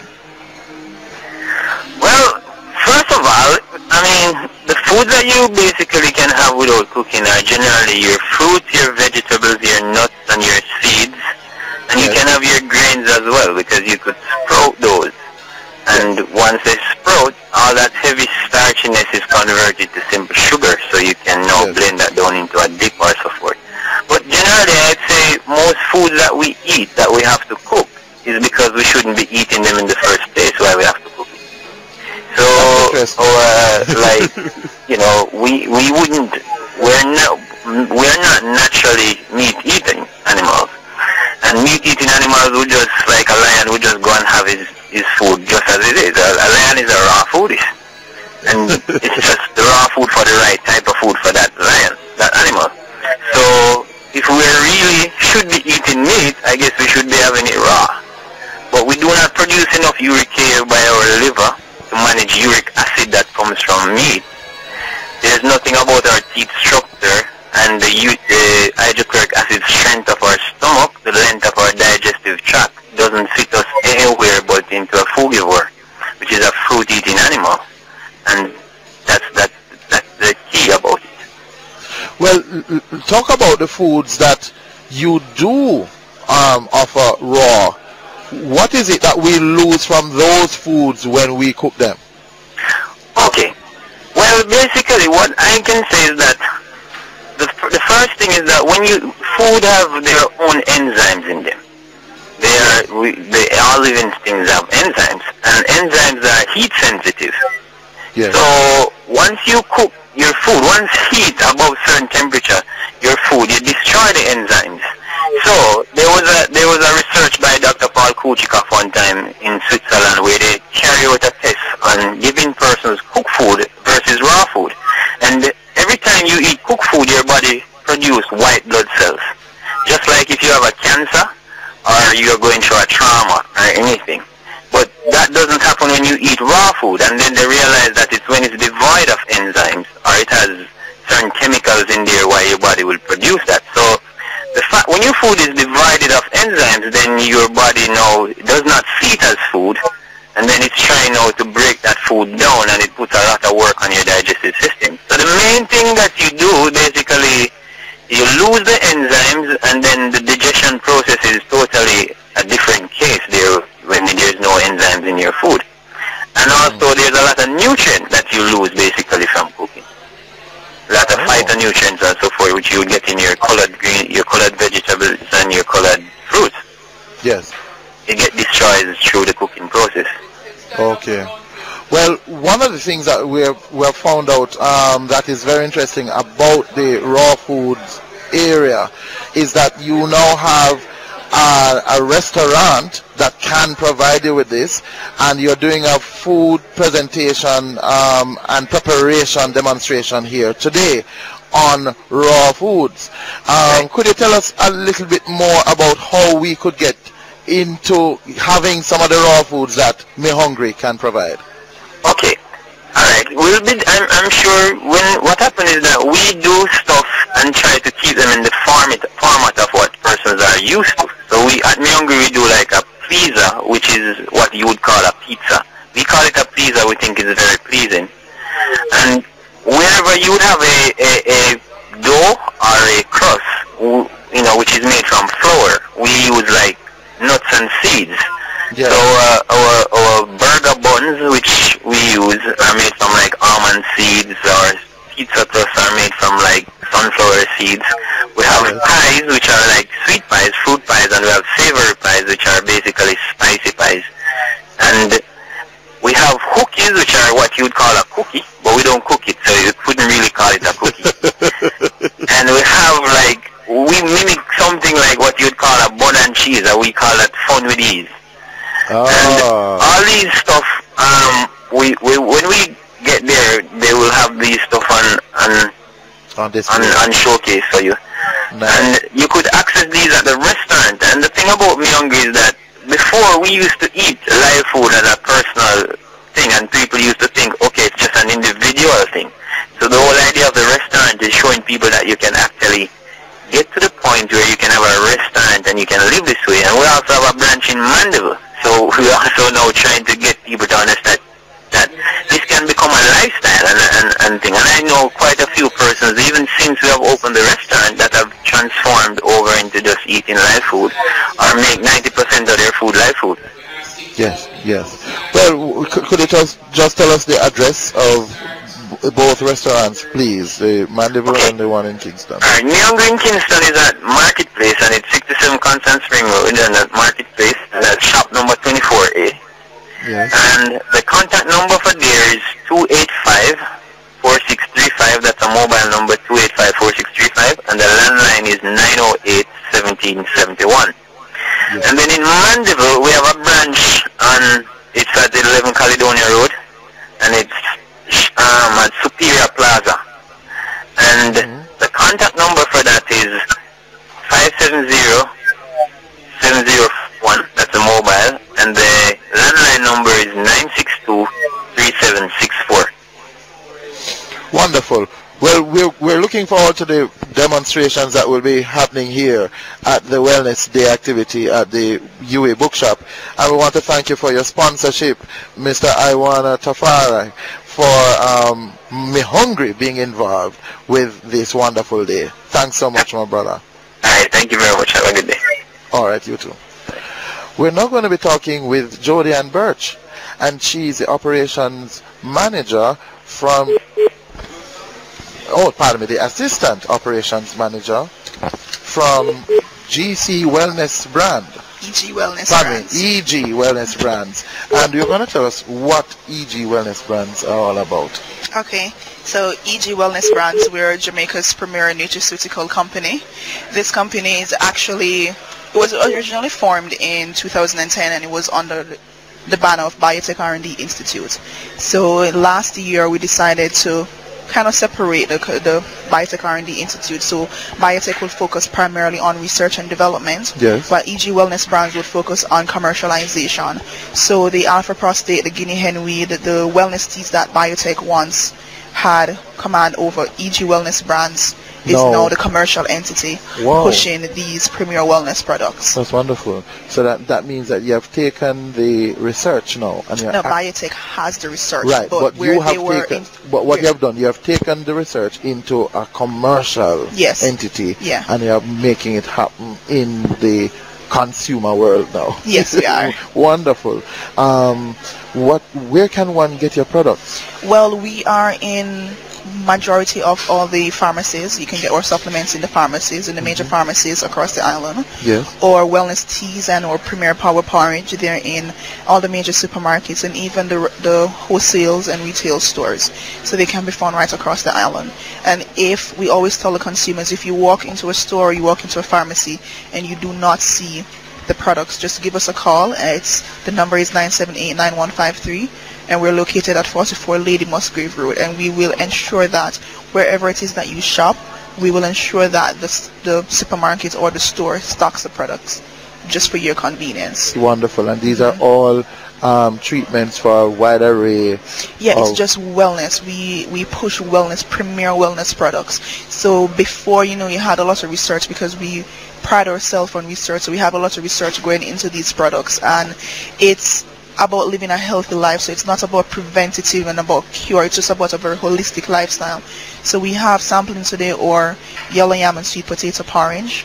And this is a porridge that it came out of a lot of research, a lot of palate testing. Yellow yam and sweet potato porridge. So we implore you guys to really come out and try it. It tastes going good. Hard. Yes, we do. Yes. Nothing but the best for the Jamaican consumers. Wonderful. Look here, people. If you don't reach up here, I am going to eat off all the porridge. Like what did happen with Goldilocks. Yes. And they're heavily discounted. All the products are discounted just for today. Yes. Because we support the wellness initiative of the university and the bookshop. We always have and continue. And we'll continue. Don't miss it. Come up and be a part of all the wonderful things here. EG Wellness Brands, represented by Juliana Birch. Juliana, thank you very much for speaking with us here, the assistant operations manager of EG Wellness Brands, and we look forward to seeing your products out in all the pharmacies and other distribution areas island-wide. No problem. Thank you for having me. Bless you. Now we're going to be moving into the section that we told you earlier that we'll be having the panel discussion on marijuana demystified, the Jamaican experience. We told you about the wonderful panel that is lined up. We have Dr. Clinton Hutton, Dr. Ganja.Knife, Mr. Marcus Goff, Dr. Terence Bernard, Dr. Michael Barnett, and Dr. Niaah. And this discussion is now going to take over in terms of our broadcast, and we're here at the U.W.I Bookshop Wellness Day 2015. Me Hungry, Medicanja, and Eden Gardens, we thank you for your sponsorship of this broadcast here at the Wellness Day 2015. We want you to know that Bongo Jerry will be back with us next week, Monday, and I know that many of you are asking. Welcome back to the show Straight Up, and we're coming to you from the U.W.I Bookshop Wellness Day 2015. The main sponsor of this broadcast is the U.W.I Bookshop, and their supporting sponsors are Me Hungry, Medicanja, and Eden Gardens. And as we said to you before the break and before the news, we are now going to be entering the panel discussion section of this Wellness Day. Marijuana Demystified, the Jamaican Experience. Speaking now is Dr. Clinton Hutton, our very own from Newstalk 93 FM, who is one of the presenters and is the chair of the panel. Panelists are, he's just finishing the introduction, Dr. Ganja.Knife, Mr. Marcus Goff, Dr. Terence Bernard, Dr. Michael Barnett, and Dr. Niaah. Broadcast will now cut away to that presentation, and we hope you will enjoy this rigorous, I'm sure it's going to be an exciting discussion. At the University of the West Indies. You're a lecturer here at the University of the West Indies. Welcome, sir. Give him a hand. All right. So we'll go into the discussion, and we'll start off with Dr. Knife. Yes? Yes, give thanks. You know, we're really in the information age, and so we treat any subject area within that kind of context. I mean, there's no shortage of information on ganja, you know, and especially what we call demystifying ganja. A lot of it surrounds the impact on the body and the mind of people. So what I will do, I have about 6 different documentaries on my laptop, and I just leave those with the bookshop so people can just come and get them and go and look at those things. Yeah, because a lot of people talk a lot of things which is not really necessarily anchored in research. A lot of it especially surrounding on whether ganja induce psychotic behavior or not, you know, and research came out of England from the 1990s. Where them using things like CDB to treat psychosis, but there's so much more to it. What I would want to focus on though within Jamaica, because all that research is there, so we don't need to talk so much about that research, is how now do we establish ganja as an industrial part of the agriculture industry and use it as a way to re-stimulate an interest of young persons in agriculture. Because remember I say, food and herb married, you know, for those who use herb, them will know that, you know. Don't make sense you have beer ganja and you don't have no food. Really don't make sense. But if you look at the nature of the plant, it is one that you can use with the intercropping because it's a nitrate fixing plant, so it helps with you call it intercropping, and even pest as well. It's a natural pesticide. You know, so we can look at it in that kind of way, but importantly, you know, what is the business model that surrounds that kind of industry, and how do we ensure that it is anchored so the primary people who drive it are the ones who benefit the most. So it's about community-owned enterprises. And the reality is, what we need to do to find a solution is to appreciate the own people brain. They never use no university or anywhere like that to establish an industry that becomes a worldwide known industry, that Jamaica being one of the leading brands in that industry. We never see a set of fund to support the ganja industry as it emerges. So there are things that are there that are very clear, that what we need to do is look at how we can help them to formalize the operations so more of the benefit will remain with them, because right now most of the money is made by the middlemen And you'll find that the hills that are surrounded ganja is in the same middleman process, the crime, etc. The farmers that involved in the crime is the middleman start out, thief people herb and don't pay them and all kind of thing, and so crime start out. So once they can squeeze that space between the producer and the consumer, you know, a lot of things have been eliminated. But there are so many more things here. Just finally, within the way I present the argument, I have to do it in a framework. Yeah, I use what is called an integrated assessment approach, which emphasizes economic, social, and biodiversity imperatives. I mean, we'll say, if you're going to do something, it requires that you do it in a sustainable format. And so you look at what happens in the current system and then say, how is it what we develop will make positive impacts on the economy, the social fabric of society, and most importantly, on the environment, at the level of species. Because remember, under the illegal situation, people go up to the hill and disturb a flora and fauna, you know. Or you're planting the morass and using fertilizer, destroying a lot of places where things will nestle. And just because it is illegal and because you have it, you know. So we take those things into consideration to ensure that A, yes, the people who are the ones who produce the product must own and control the entire value chain. Our partnership along the value chain might keep going. Yeah. How we partner along the value chain, but do it in a sustainable way. Hello, it's my turn. Yes. Oh. Psychiatrist turn. Okay. Well, you know, I have viewed the whole debate with a lot of interest, and to be honest with you, I have not arrived at a conclusion myself. What I realized though is that there's a lot of hype surrounding it, and there's a lot of misinformation and misunderstanding. And I'm going to just dabble into areas initially that is not my area of expertise, because I understand that at some point in time the ganja was made illegal, right? And I think that the circumstances surrounding that are very interesting. I think the history person should really investigate that, because I think that there were political issues surrounding. Yes, sorry. I'm sure that there were political issues surrounding the decision to make it an illegal substance. So there's that. There's also the whole issue of the different types of compounds, and I don't know if I should say Mr. Knife or Ras Knife, but Knife said that there is the CBD, and of course we know about the THC, and the THC is the one that acts on the brain, and that is the one that gives most of the trouble. Actually, that is also the one that feels nice when you ingest it, but that is also the one that gives a lot of trouble. And then the CBD now doesn't have that kind of effect, and it has been found to be the one that has a majority of the medicinal properties.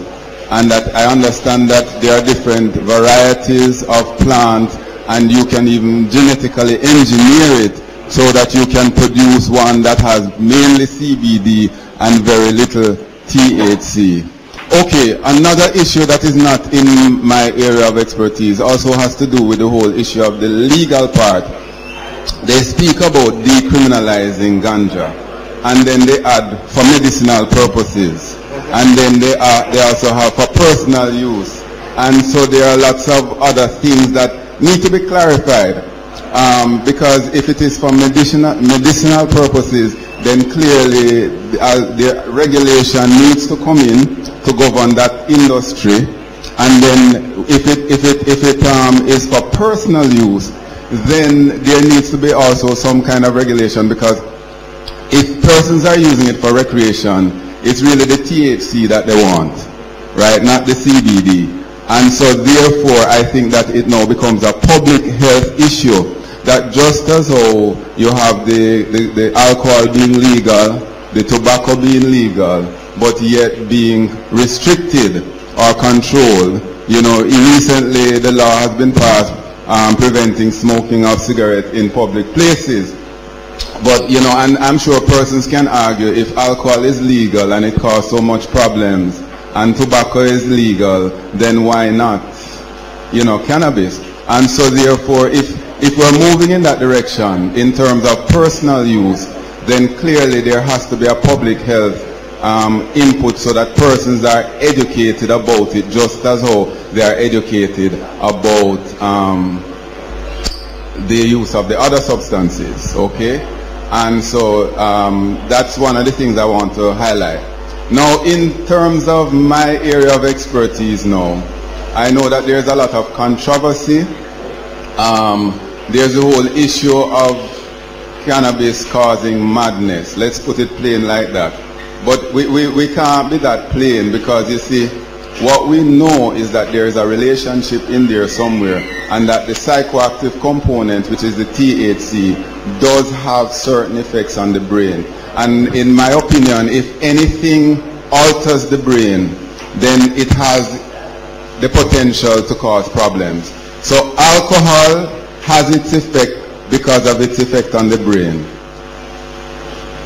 Nicotine has its effect because of its effect on the brain, and it's the same thing with cannabis. The reason why it's a recreational drug is because it alters the brain, right? You cannot have the euphoric effect without having an impact on the brain. And so once you begin to mess with the brain, especially if you're not an expert on the brain, then there can be room for trouble. But as to the kind of trouble that you will have, there's a talk about it causing schizophrenia. The research clearly states that cannabis does not cause schizophrenia, but that cannabis can have a negative effect on schizophrenia, and especially in persons who begin to use cannabis at an early age, which is very prevalent in Jamaica. Our National Drug Council has been doing surveys over the years, and the age of initiation of cannabis use in Jamaica is the lowest in the world, okay? And the research does show that the deleterious effects are greater the younger the person begins to smoke it. And so therefore, that also needs to be sorted out in the legal system. So just as how if you're under 18, you're not supposed to be able to purchase alcohol. I'm not sure about cigarettes, but because there are restrictions for the other substances, the legal substances, then there ought to be that same type of restriction for the sake of the developing brain. And that is indeed my opinion, because I think it is reflected in the research. It's found that persons who begin smoking cannabis at a later age have less of the deleterious effect. Now back to schizophrenia. It is also found that cannabis does not cause schizophrenia, but it can trigger the first episode. So there is a relationship, but it is not causal, but it can be one of the precipitating factors in a person who is already genetically predisposed. In addition to that, the age of initiation is also important, because if a person begins to use the cannabis at an earlier age, then it increases the risk of them developing the schizophrenia at an earlier age. So the onset of schizophrenia can be at an earlier age if they begin to use cannabis at an earlier age. Okay? And so that's basically the information. No, sorry, there's more. There's also research that shows that cannabis does have an effect on sperm motility and the sperm count. There is also research that shows that cannabis has an effect on the brain that impairs visuospatial coordination. Okay? And so there is also research even done locally by Professor McDonald and company that shows that there is a relationship between cannabis use and motor vehicle accidents, right? So it is not just the alcohol that causes motor vehicle accidents. In fact, in the research, it really showed that the influence of alcohol is not greater than the influence of cannabis. And so there's definitely that impact, the effect on a person's motor coordination and their time, perception of time, and their reaction time in driving and those kinds of activities can be impaired by the use of cannabis. And so therefore, I think I can stop now, having said my piece. Yeah, give thanks. I want to just start off where Dr. Bernard ended by saying that I don't feel safe unless I burn my chalice before I hit the road.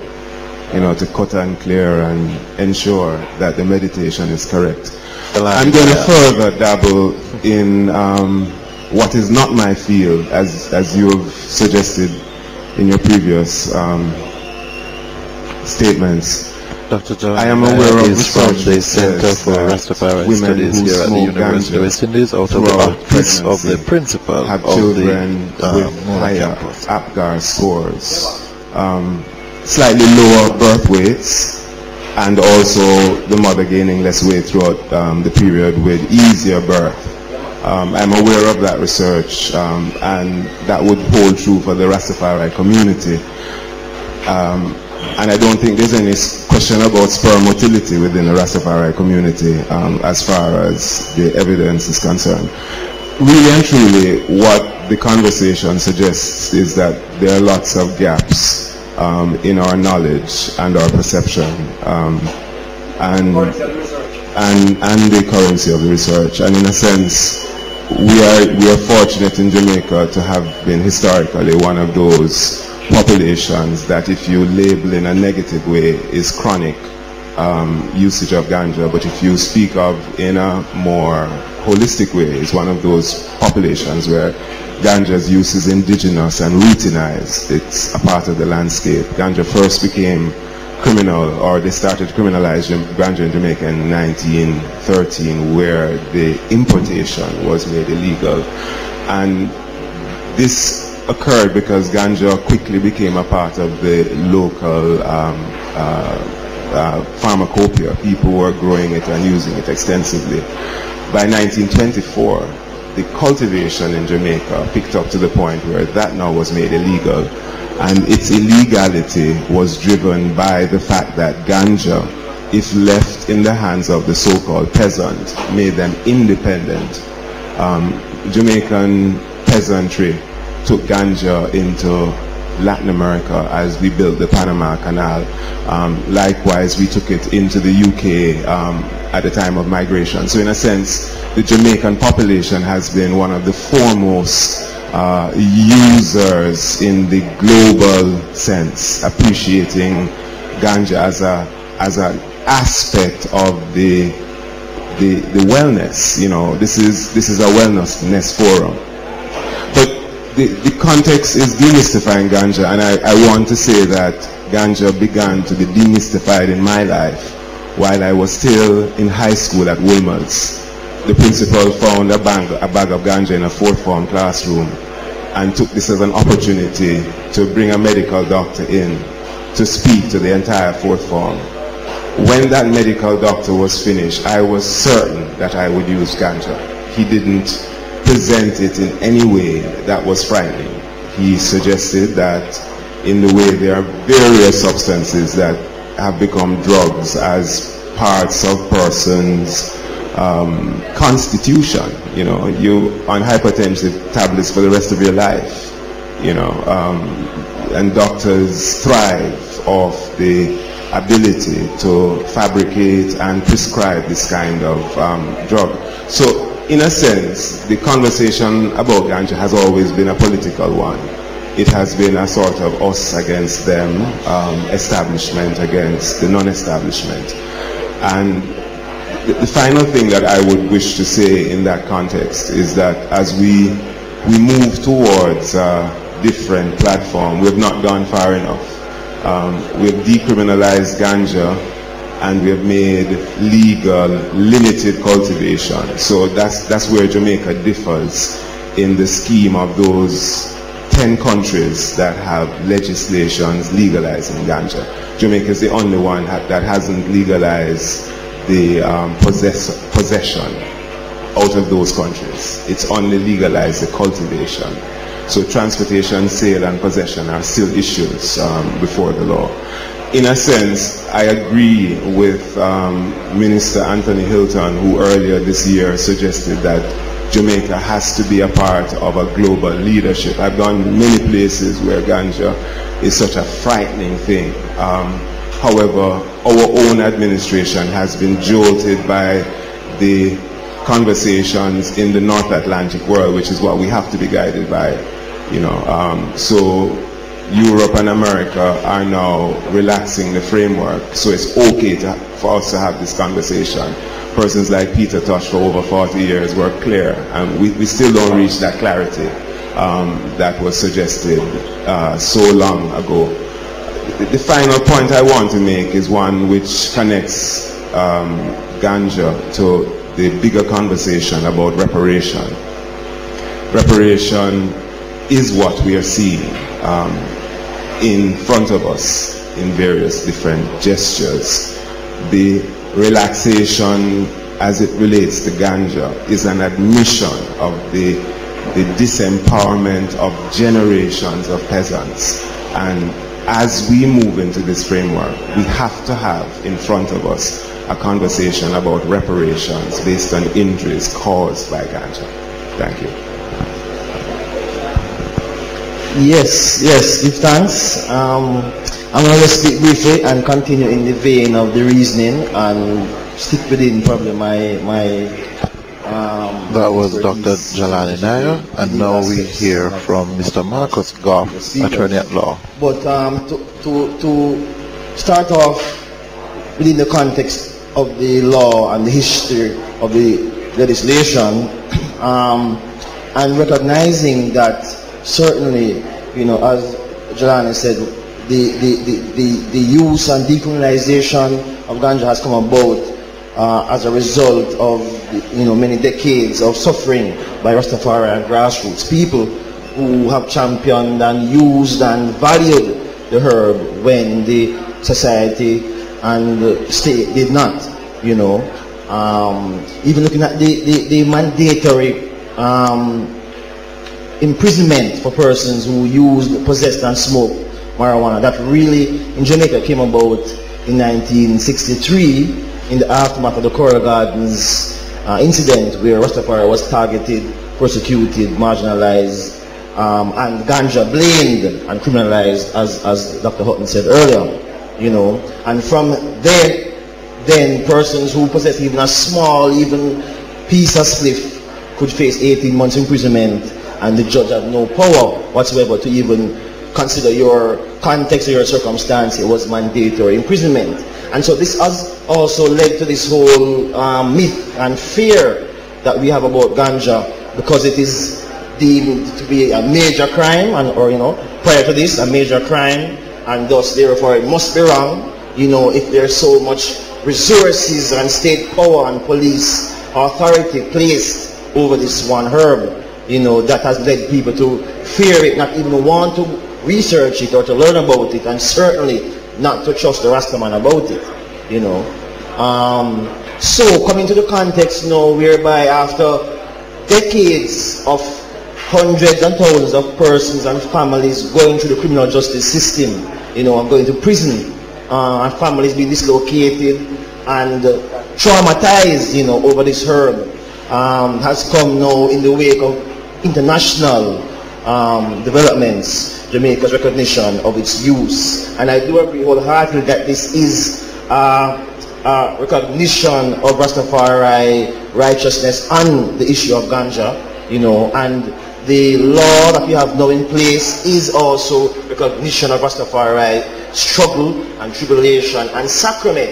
It's decades Rastafari have been seeking recognition of ganja as sacrament, and here we have it now in the law in 2015, and that is a part of the reparatory move that the law has made, right? I think it also needs to go further, though. I do think that an apology is still due to the many Rastafari and grassroots people who suffered, you know, under this veil of secrecy and half-truths about ganja in the past. And I think moving forward that it should be seen from that premise, not that we are decriminalizing something that is harmful, but that we are really seeking to make amends for criminalizing a plant of nature, and start from that premise forward, you know. In that respect, I think that the Rastafari community should play a leading role in sensitizing the public around ganja. As Niaah said, there's a lot of misinformation out there, and myths and prejudices. And I think that including Rastafari as the spokesperson or spokes community in many respects will help to break down the lingering marginalization and discrimination, around ganja and Rastafari in particular, In moving forward too, I think that the government has correctly assessed that it must be a grassroots up movement, and industry, and so it's always critical to maintain that focus, that the people who suffered continue to now be assisted, right, in this new phase to benefit and to play leading roles in the industry and research as well, and so in all of that I think it's important to just recognize where we're coming from, where we're going as Rastafari community, as grassroots, as a Jamaica, and play a leadership role in this, in terms of also how we look at it socially, politically, religious, spiritually, legally. So it's a really interdisciplinary approach to Ganja that Jamaica can now lead on the world stage. Thanks. Yes, so far, Dr. Knife, Dr. Bernard, Dr. Niaah, Attorney Goff, have spoken, and we are now going to give the mic to Dr. Barnett. Thank you, Clinton.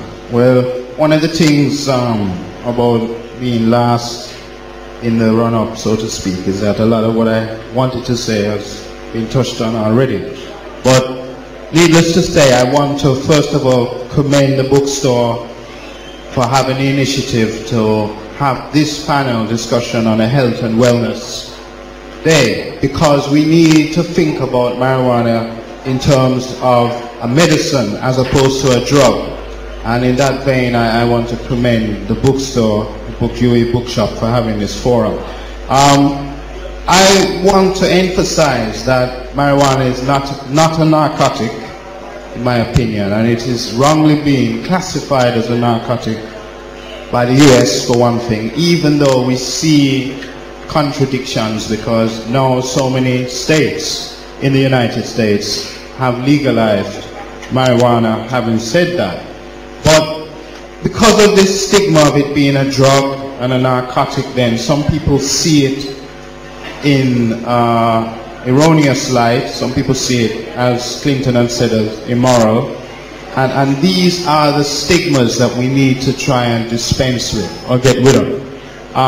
One thing I want to point out, that marijuana is not physically addictive. In other words, if you smoke it continuously and you don't happen to smoke it for several days, you're not going to get the shakes, you're not going to be physically affected. Now, psychologically there might be some kind of effect, but it's just psychological, it's mental. So unlike cocaine and what I call the real narcotics, addictive drugs, you do get withdrawal symptoms if you stop from using it. So that's one thing I want to throw out there.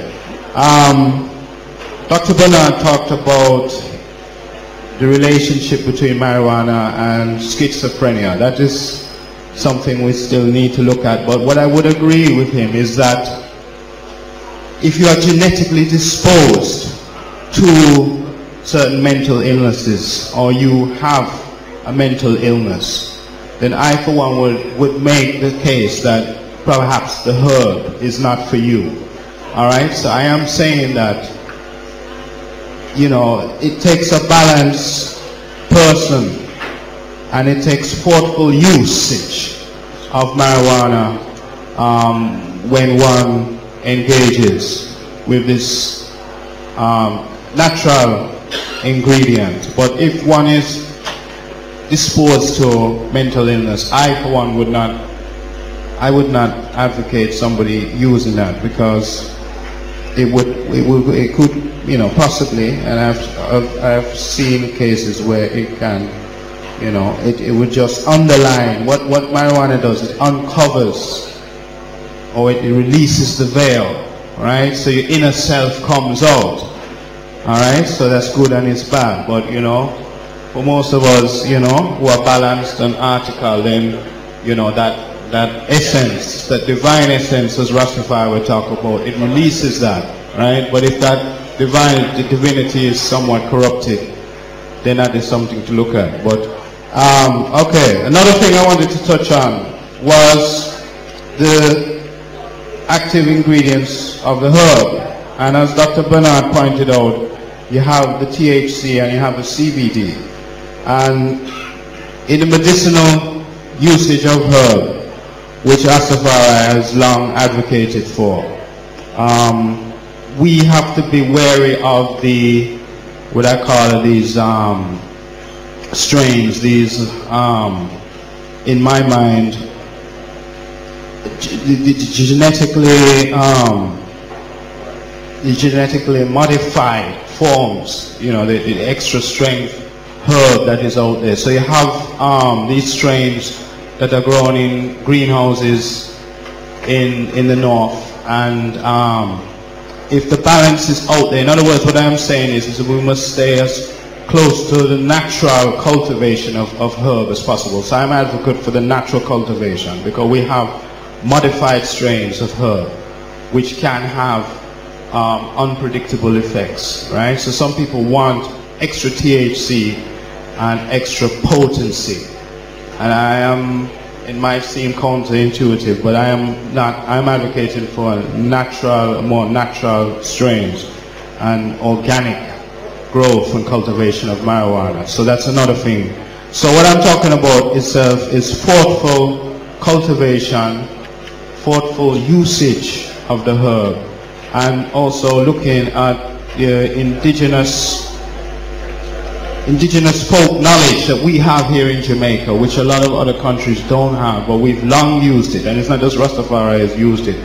You know, our grandparents have used it, and our great-grandparents, and I would say even from slavery, it's been used. And I also want to throw out there that Africans have been using herb from ever since. It's not just the East Indian community who introduced herb to Jamaica. The Congolese introduced herb, the use of herb in Kumina practices, which came from the Congolese tradition.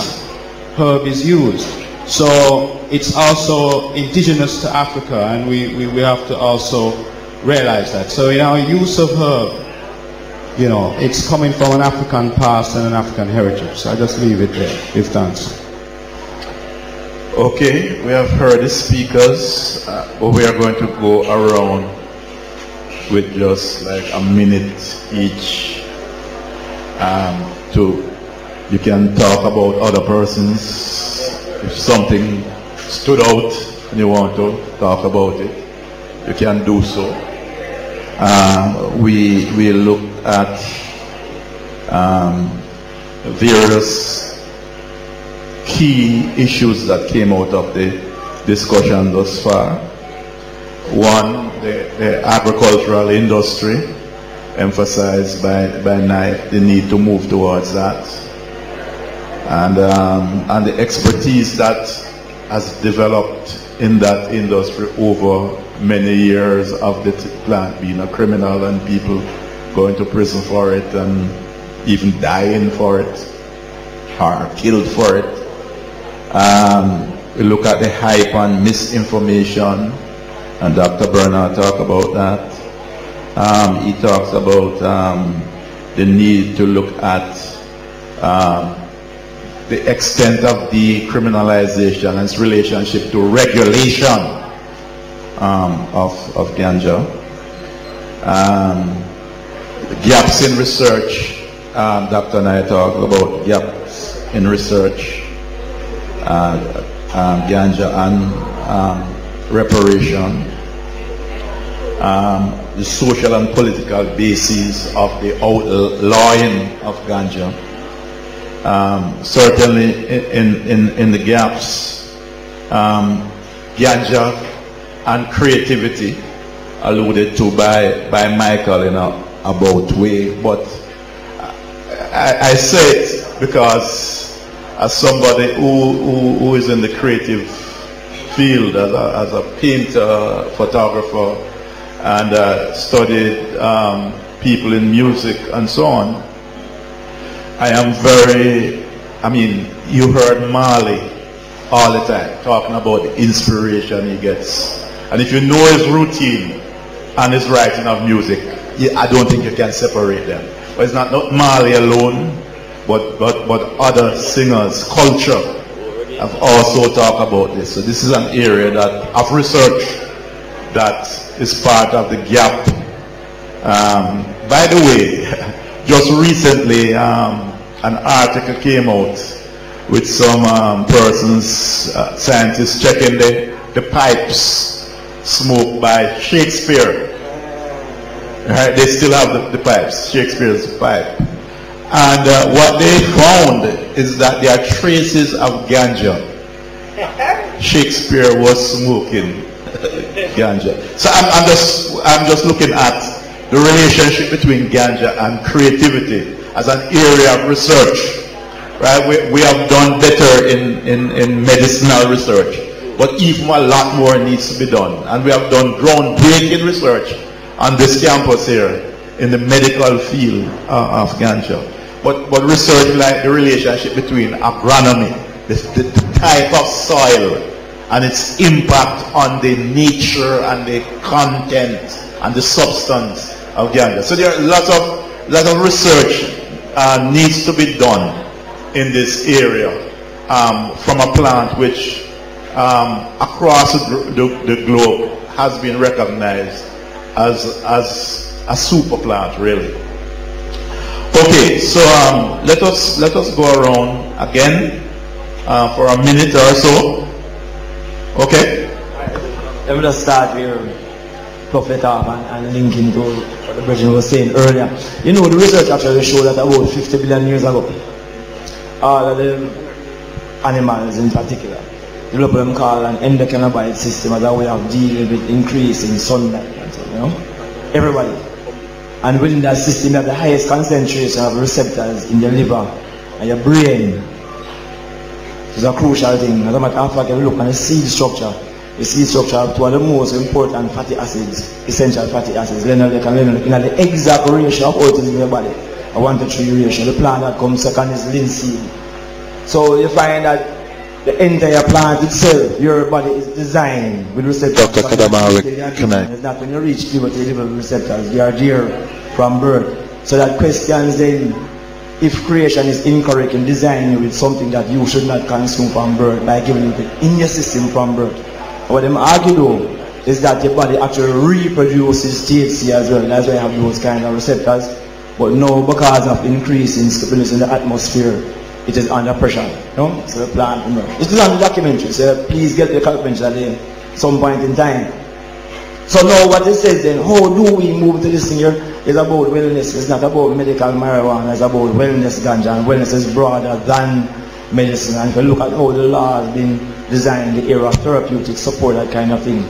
I mean, for people who plant herbs, you know you don't have to smoke herbs to ingest all of the cannabis. When you go into the sun hot, you start to ingest it by breathing.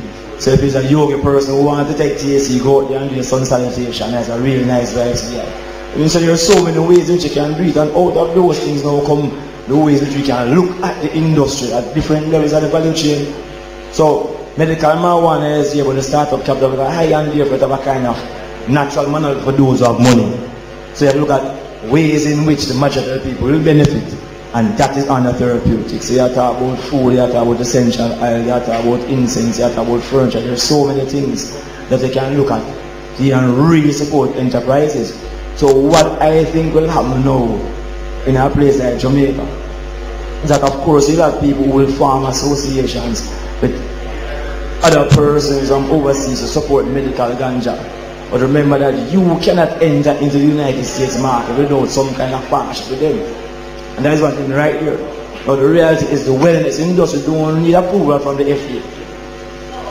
Yes? And remember that tourism is also an export industry. So if you get people to come here to consume it, it's still considered to be export.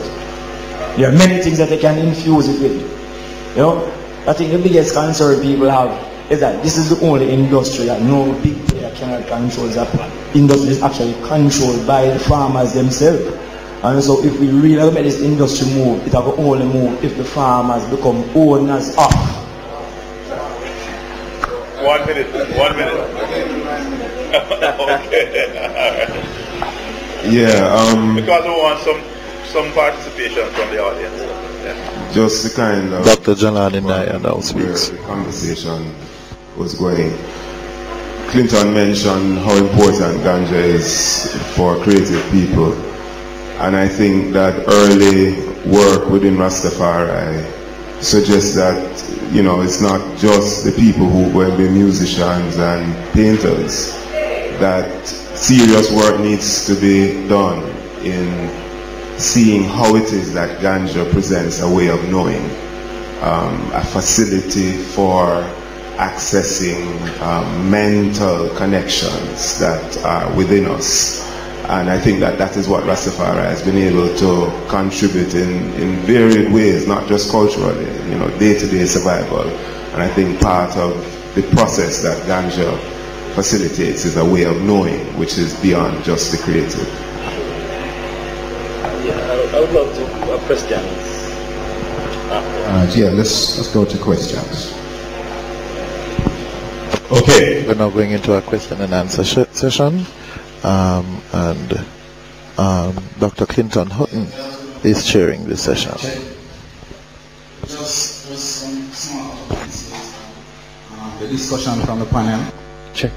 I definitely agree with some of the points raised by Dr. Knife in terms of the importance of including the farmers and the impact that will have on the agricultural sector. There are many opportunities within this industry. As he said, it can't be controlled by any one person in any one part of the industry. There's been a lot of focus on medicinal marijuana, but if you look closely at the law, it also speaks to nutraceuticals. It also speaks to the therapeutic aspect. It also speaks to the sacramental use. And so there are many things for us to look at where opportunities can be created for many persons in Jamaica to benefit from a plant that has been so long decriminalized. I hear the doctor here mention some stuff a while ago about the impact on driving, but about 3 months ago a study was done in the US where they actually put some patients under research and looked at the impact of driving under the influence of cannabis as compared to the influence of alcohol, and it actually showed that their focus increases while driving under the influence of cannabis. So simple things like these need to be made more aware to the public so people can stop spreading these negative misconceptions. And there's a big part of it as well, that the science behind ganja is something that a lot of people aren't really aware of. So they don't understand the plant, so it's easier to go with the negative stigma that they hear over the years. So science and the universities play an important role, just like you said, Dr. Niaah, where that medical doctor came in and from his presentation, it opened their mind to the positive benefits of ganja. We need to continue to spread this message, especially in settings like these with people who have a greater understanding of the plant, its uses, its benefits, and the opportunities which can continue to be created. And we have to put some emphasis on the sustainability of this industry, because it is really something that can really rejuvenate the Jamaican economy. Thank you. Good day. Good day. I'd like to make just a few interventions here. The question that was raised about schizophrenia, I wonder if the panel is aware, and those who had made the postulation, of the research has been done where cannabis is actually being used to treat schizophrenia. And the other consideration of that is the consideration that many of the so-called effects of marijuana under a regime of illegality is perhaps the cause for some of these occurrences or effects, like the schizophrenia, for example, when you're in a situation where your peers are utilizing like yourself and your family situations are, against it, and it puts you in a schizophrenic situation. The second question that I'd just like to raise to this Jamaican audience here is the consideration of Jamaica's role with the rest of the Caribbean. being aware, of course, that Jamaica and Jamaicans are a part of a CARICOM commission that has been established to review the herb situation. I would just like to bring ones up to date in that sense on some of the work that is being done in the Eastern Caribbean. I am a member of both the CARICOM Review Commission, so-called, and an Antiguan Commission that has also been established in Antigua and Barbuda for similar purposes.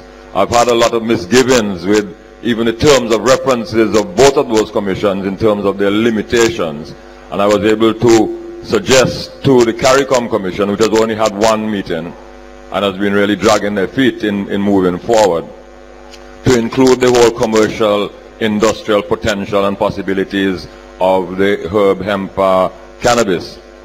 I'm also a member of Caribbean Cannabis Legalization Reform Coalition, which has been registered now in Trinidad and Tobago and has membership from Trinidad, St. Lucia, Dominica, Antigua, and have recently been approached, that Caribbean coalition, by Trinidad and Tobago, who have established a doctor to look into it, and that doctor has been referred to the St. Lucian brethren within the CCLRC. The Antigua also, in Antigua in 98, I from the Rastafari Niaah Bengi House mounted a constitutional motion in the OECS Supreme Court, which was heard before Justice Benjamin, at which certain quite important considerations were accepted by the Justice Benjamin.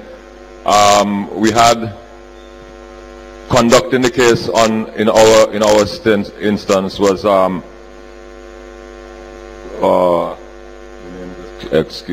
QC Lord Gifford, yeah, the name escaped me for a moment. And also evidence to and testimony from the late Dr. Barry Chevans and from Dr. Fred Lamparts, who had suggested research that had been done here in Jamaica by Lamparts, including the whole question of pregnant mothers in controlled circumstances and otherwise. Currently before the courts in Dominica now, which will be the OECS Supreme Court also, is a case being brought by Rastafari legal consultant Ras Kasati, which is challenging the authorities' right to criminalize a natural production, a natural product, a God-given substance, as he's indicating that while you can legislate against rum, which is a manufactured substance, you cannot legislate against the sugarcane itself. And just in closing, just to underline Dr. Knife's postulation as regarding the receptors, and in one famous quote from this, almost a Bible on the hemp, Rowan Robinson is the author, he states quite categorically, that the existence and the discovery of receptors within the human brain just negates the whole argument about whether or not it is meant for human use. Give thanks. Greetings. First, there should be no comparison at all with herb and things like cocaine, rum, blah, blah. We ought to make no comparison whatsoever. And Dr. Barnett, concerning what you said about people who going through mental, Dr. Fred Hicklin said differently. He said studies have proved differently. People who are going through their mental thing can herb can be a cure for that.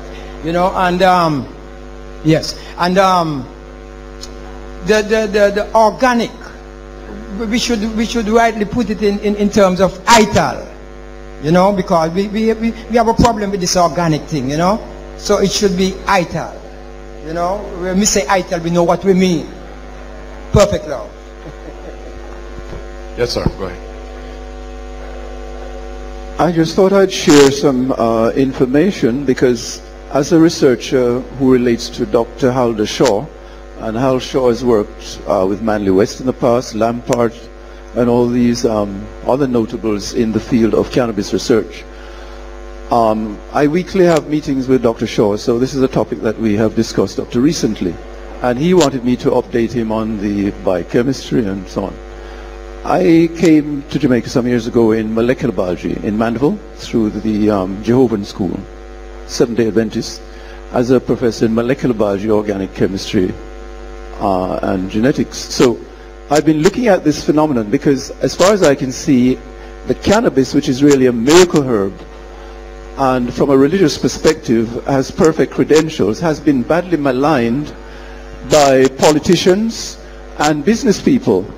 And this is the whole history of it. If we look in the United Kingdom, where my formation is, at one time the British government paid people to grow cannabis for centuries. The same thing happened in the United States when the original British settlers went there. They were encouraged by the American government to grow cannabis. The point of splitting took place last century because of one businessman, William Randolph Hearst, who was an oil millionaire, a billionaire in fact. And Mr. Hearst was concerned because they found that the cannabis could be used to create smokeless fuel. This meant competition with his oil fields. So he used his vast influence to criminalize the herb, which became reinforced or ratified through Nixon as President of the United States, because he commissioned a study by some of the top scientists to show that the cannabis or marijuana was a terrible thing. They found the opposite. They showed him that it could actually cure cancer. The reports that I have, and I speak advisedly because I became a member in New York Academy of Sciences some years ago as a professor in Mandeville, accredited through Andrews University and Loma Linda. The information I got was that Richard Nixon threw a temper tantrum when he was handed the report and he read it, because he would lose vast revenues from the pharmaceutical industry. So basically it's as simple as that. These two demons, you know, the business field with the oil and the politicians, because they're concerned about the vast revenues from marijuana or whatever. These are real reasons for the criminalization of it. The phytocognitive arguments are nonsensical from my standpoint as a molecular biologist, geneticist, because when I look into it, just as Dr. Knife has pointed out, there are actual cannabinoid receptors in the brain. So the entire biochemistry of the cannabis fits the human brain. In other words, it's a wonderful thing. You can use it as a marvelous therapeutic. The problem seems to me to be that children got into the act, and the liver of a teenager is not as mature as that of an older person. It cannot process at the same rate. It cannot process THC at the same rate. So because children got into it, they use this as an argument against the herb, which, you know, it's terrible, because alcohol, they do not allow children to enter rum bars and so on, you know, to look at the Jamaican scenario. So why, it's a dereliction of duty on the part of parents that cause that argument. The whole point is that the liver processes at a certain rate, and it requires certain essential minerals, vitamins, and so on. If you don't have it in your liver, then you're going to take a hit. Once the liver takes a hit, the kidneys take a hit. Once the kidneys take a hit, the brain takes a hit. Hence your schizophrenia and all the rest of it. The other thing about schizophrenia is that when you examine that, because I was asked by Professor Fletcher to relate to community health and psychiatry, and years ago I was actually brought into collaboration by Professor Brendan Bain and also Dr. Thesiger, who was in charge of Ward 21. When we looked into it, the whole thing there is that what we're calling schizophrenia needs to be reinvestigated, because when people have certain revelations, and artists use it, I mean, to do beautiful paintings, is that a terrible thing? What we should be doing, what the doctor should be doing, is to study what it is that we actually call schizophrenia, and whether some aspects are not beneficial. Because what the cannabis does is to open the right half of the brain. The right half of the brain is the creative part, and in terms of physics, it opens a dimensional portal. Wow, what a very gripping discussion, and it's really hard for us to go, but we have to go because it's time for the news. We want to thank you for listening to Straight Up. We've been coming to you from the U.W.I Bookshop Wellness Day 2015. Thanks to the sponsors, the U.W.I Bookshop, Me Hungry and Medicanja, and Eden Gardens. We want to invite you to come by the bookshop to participate in what's happening here. We want to thank Ian Stewart in studio, Kevin Williams here on location. We want to thank Tanya Richards and all the wonderful support staff of News Talk 93 FM for this wonderful day, this wonderful broadcast. Come to the Wellness Day, and we will talk later. Bless you.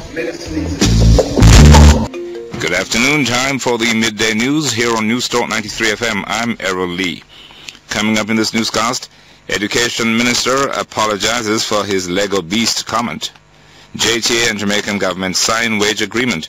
Water supply restrictions for corporate area to remain despite increased inflows at the Hermitage Dam, and MSMEs to benefit from 20% discount on services offered by the Bureau of Standards.